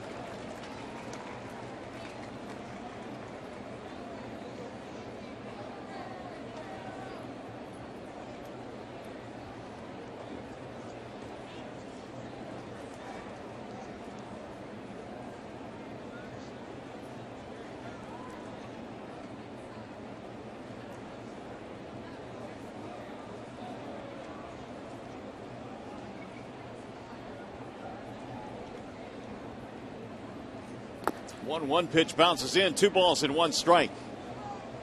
Koch got the first 2 batters, Beckham and Flowers, to fly out, then a double by Sierra. That'll give, by the way, the White Sox 16 hits in this contest.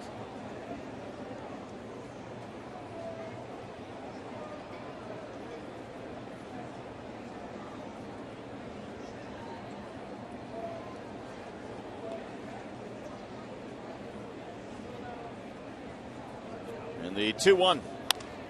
Slap back out of play. 2-2 on Garcia.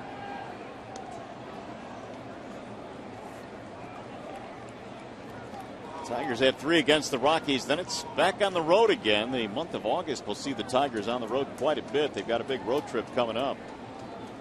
3-city trip coming up. Yankees for 4. Toronto and then Pittsburgh. 2-2.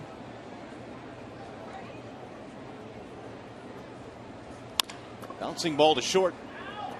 Suarez has it there. That'll end the inning. No runs. They get a double. Strand a man. We go to the bottom of the 9th.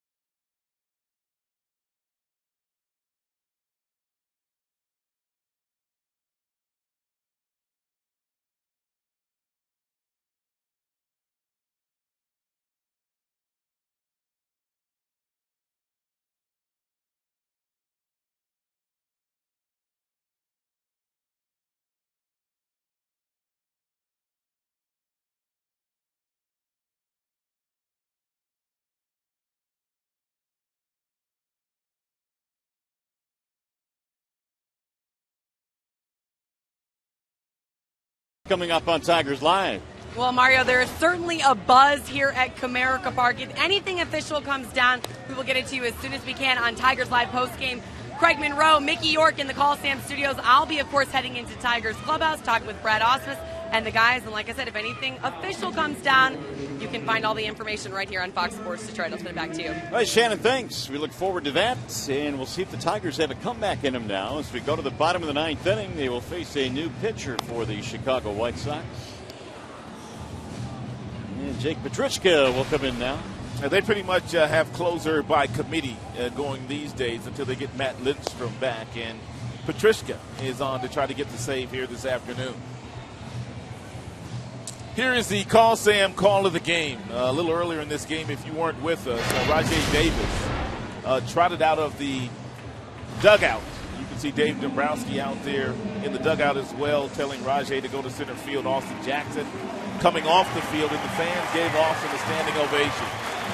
Apparently the fans must have known that something was going on, which it did. Austin Jackson being traded to the Seattle Mariners. That's a really nice gesture by some tremendous fans here in Detroit. Well, let's see what the Tigers can do now here in the bottom of the ninth inning. Ian Kinsler, Miguel Cabrera, Victor Martinez against Petrichka. 7 runs, 16 hits for the Sox, 4 runs, 8 hits for Detroit. And the first one is down low. 1 ball, no strikes on Kinsler. Ian is 1 out of 4 today with a double.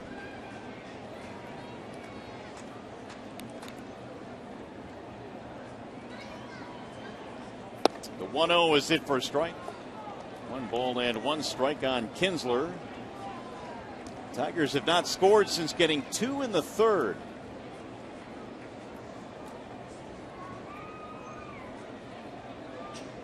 Here's the 1-1. Low, 2 balls, 1 strike.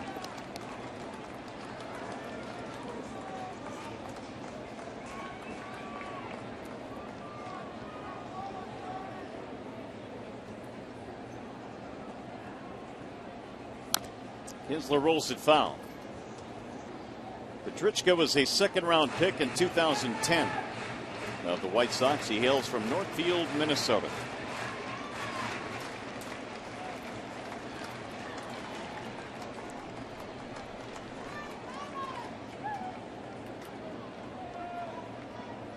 Here's the 2-2. Grounded foul again. Being traded always very difficult. And for a young player and also a veteran player, especially when you've only known one team. Jackson, for the most part, has spent his entire, well, all of his major league career right here in Detroit, as Smiley as well. Here's the 2-2, and it's hammered in the air to center field. Adam Eaton runs it down, though, 1 gone.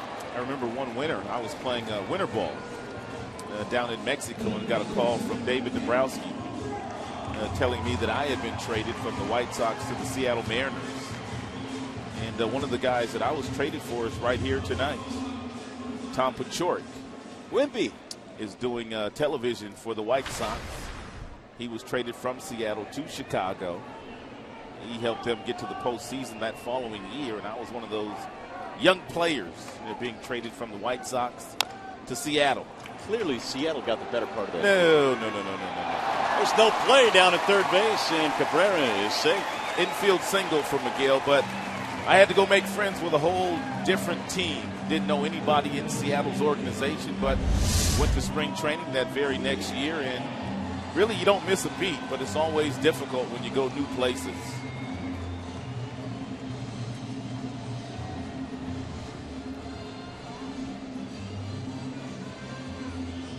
Gillespie unable to handle that slow ground ball. Base hit for Cabrera.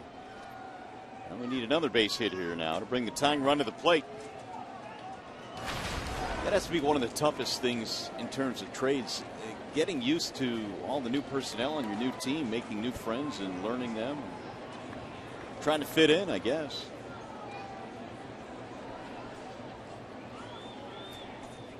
Martinez sends a ground ball to second. Tough hop there for Beckham to second one. Relay, not in time. Not only is it a difficult time for the players, but also sometimes for the families as well to pack up the kids and move different locations. Osmus was traded a few times during his 18-year major league career. Once traded on July 17th from the 27th, from the Tigers back to the Padres. Or was it Houston? Houston. The Astros.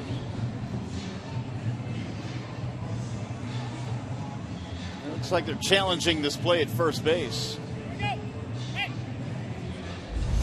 And we'll see if the game will continue or if it's over.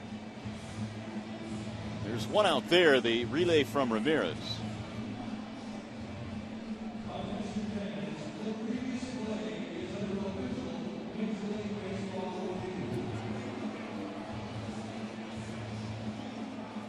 So we'll take a look at it.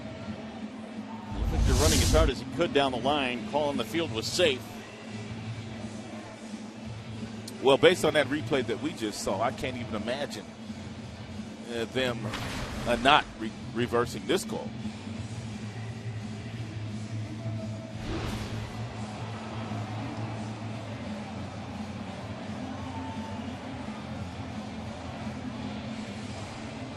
Now Robin Ventura hoping the game is over. And then to get on that second look, it looked a little closer than the first one looked.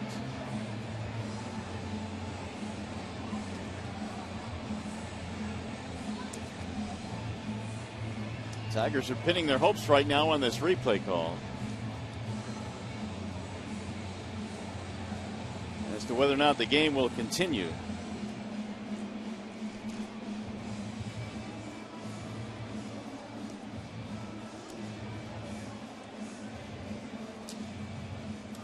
It's Tim Welke right there, the crew chief with the headsets on straight away, waiting for the decision from the command center in New York.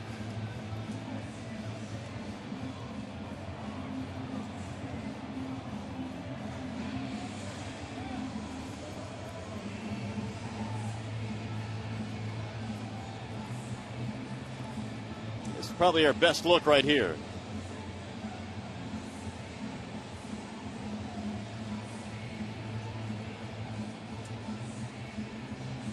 Well, it's taken a while.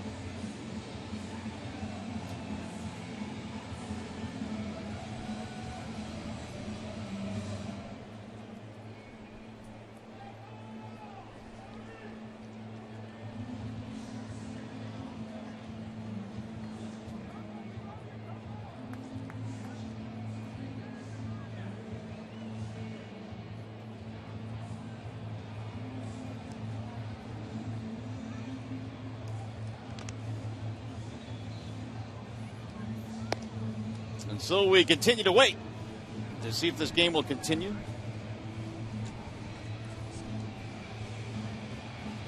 And here we go. Oh, they called him safe. Wow. So the ruling on the field is confirmed. All right, well, we'll see what the Tigers can do here.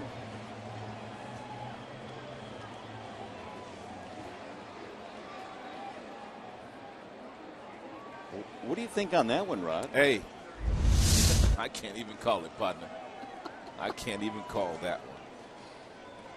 All right, well, Robin Ventura not quite believing it. Well, I don't think a lot of people are believing it, really. You know what? A lot of folks decided to leave the ballpark after they showed the replay up here on the scoreboard. Yeah. They could miss a comeback here. Now Torrey Hunter, game is still live. That's in for a strike, 0-1 on Torrey.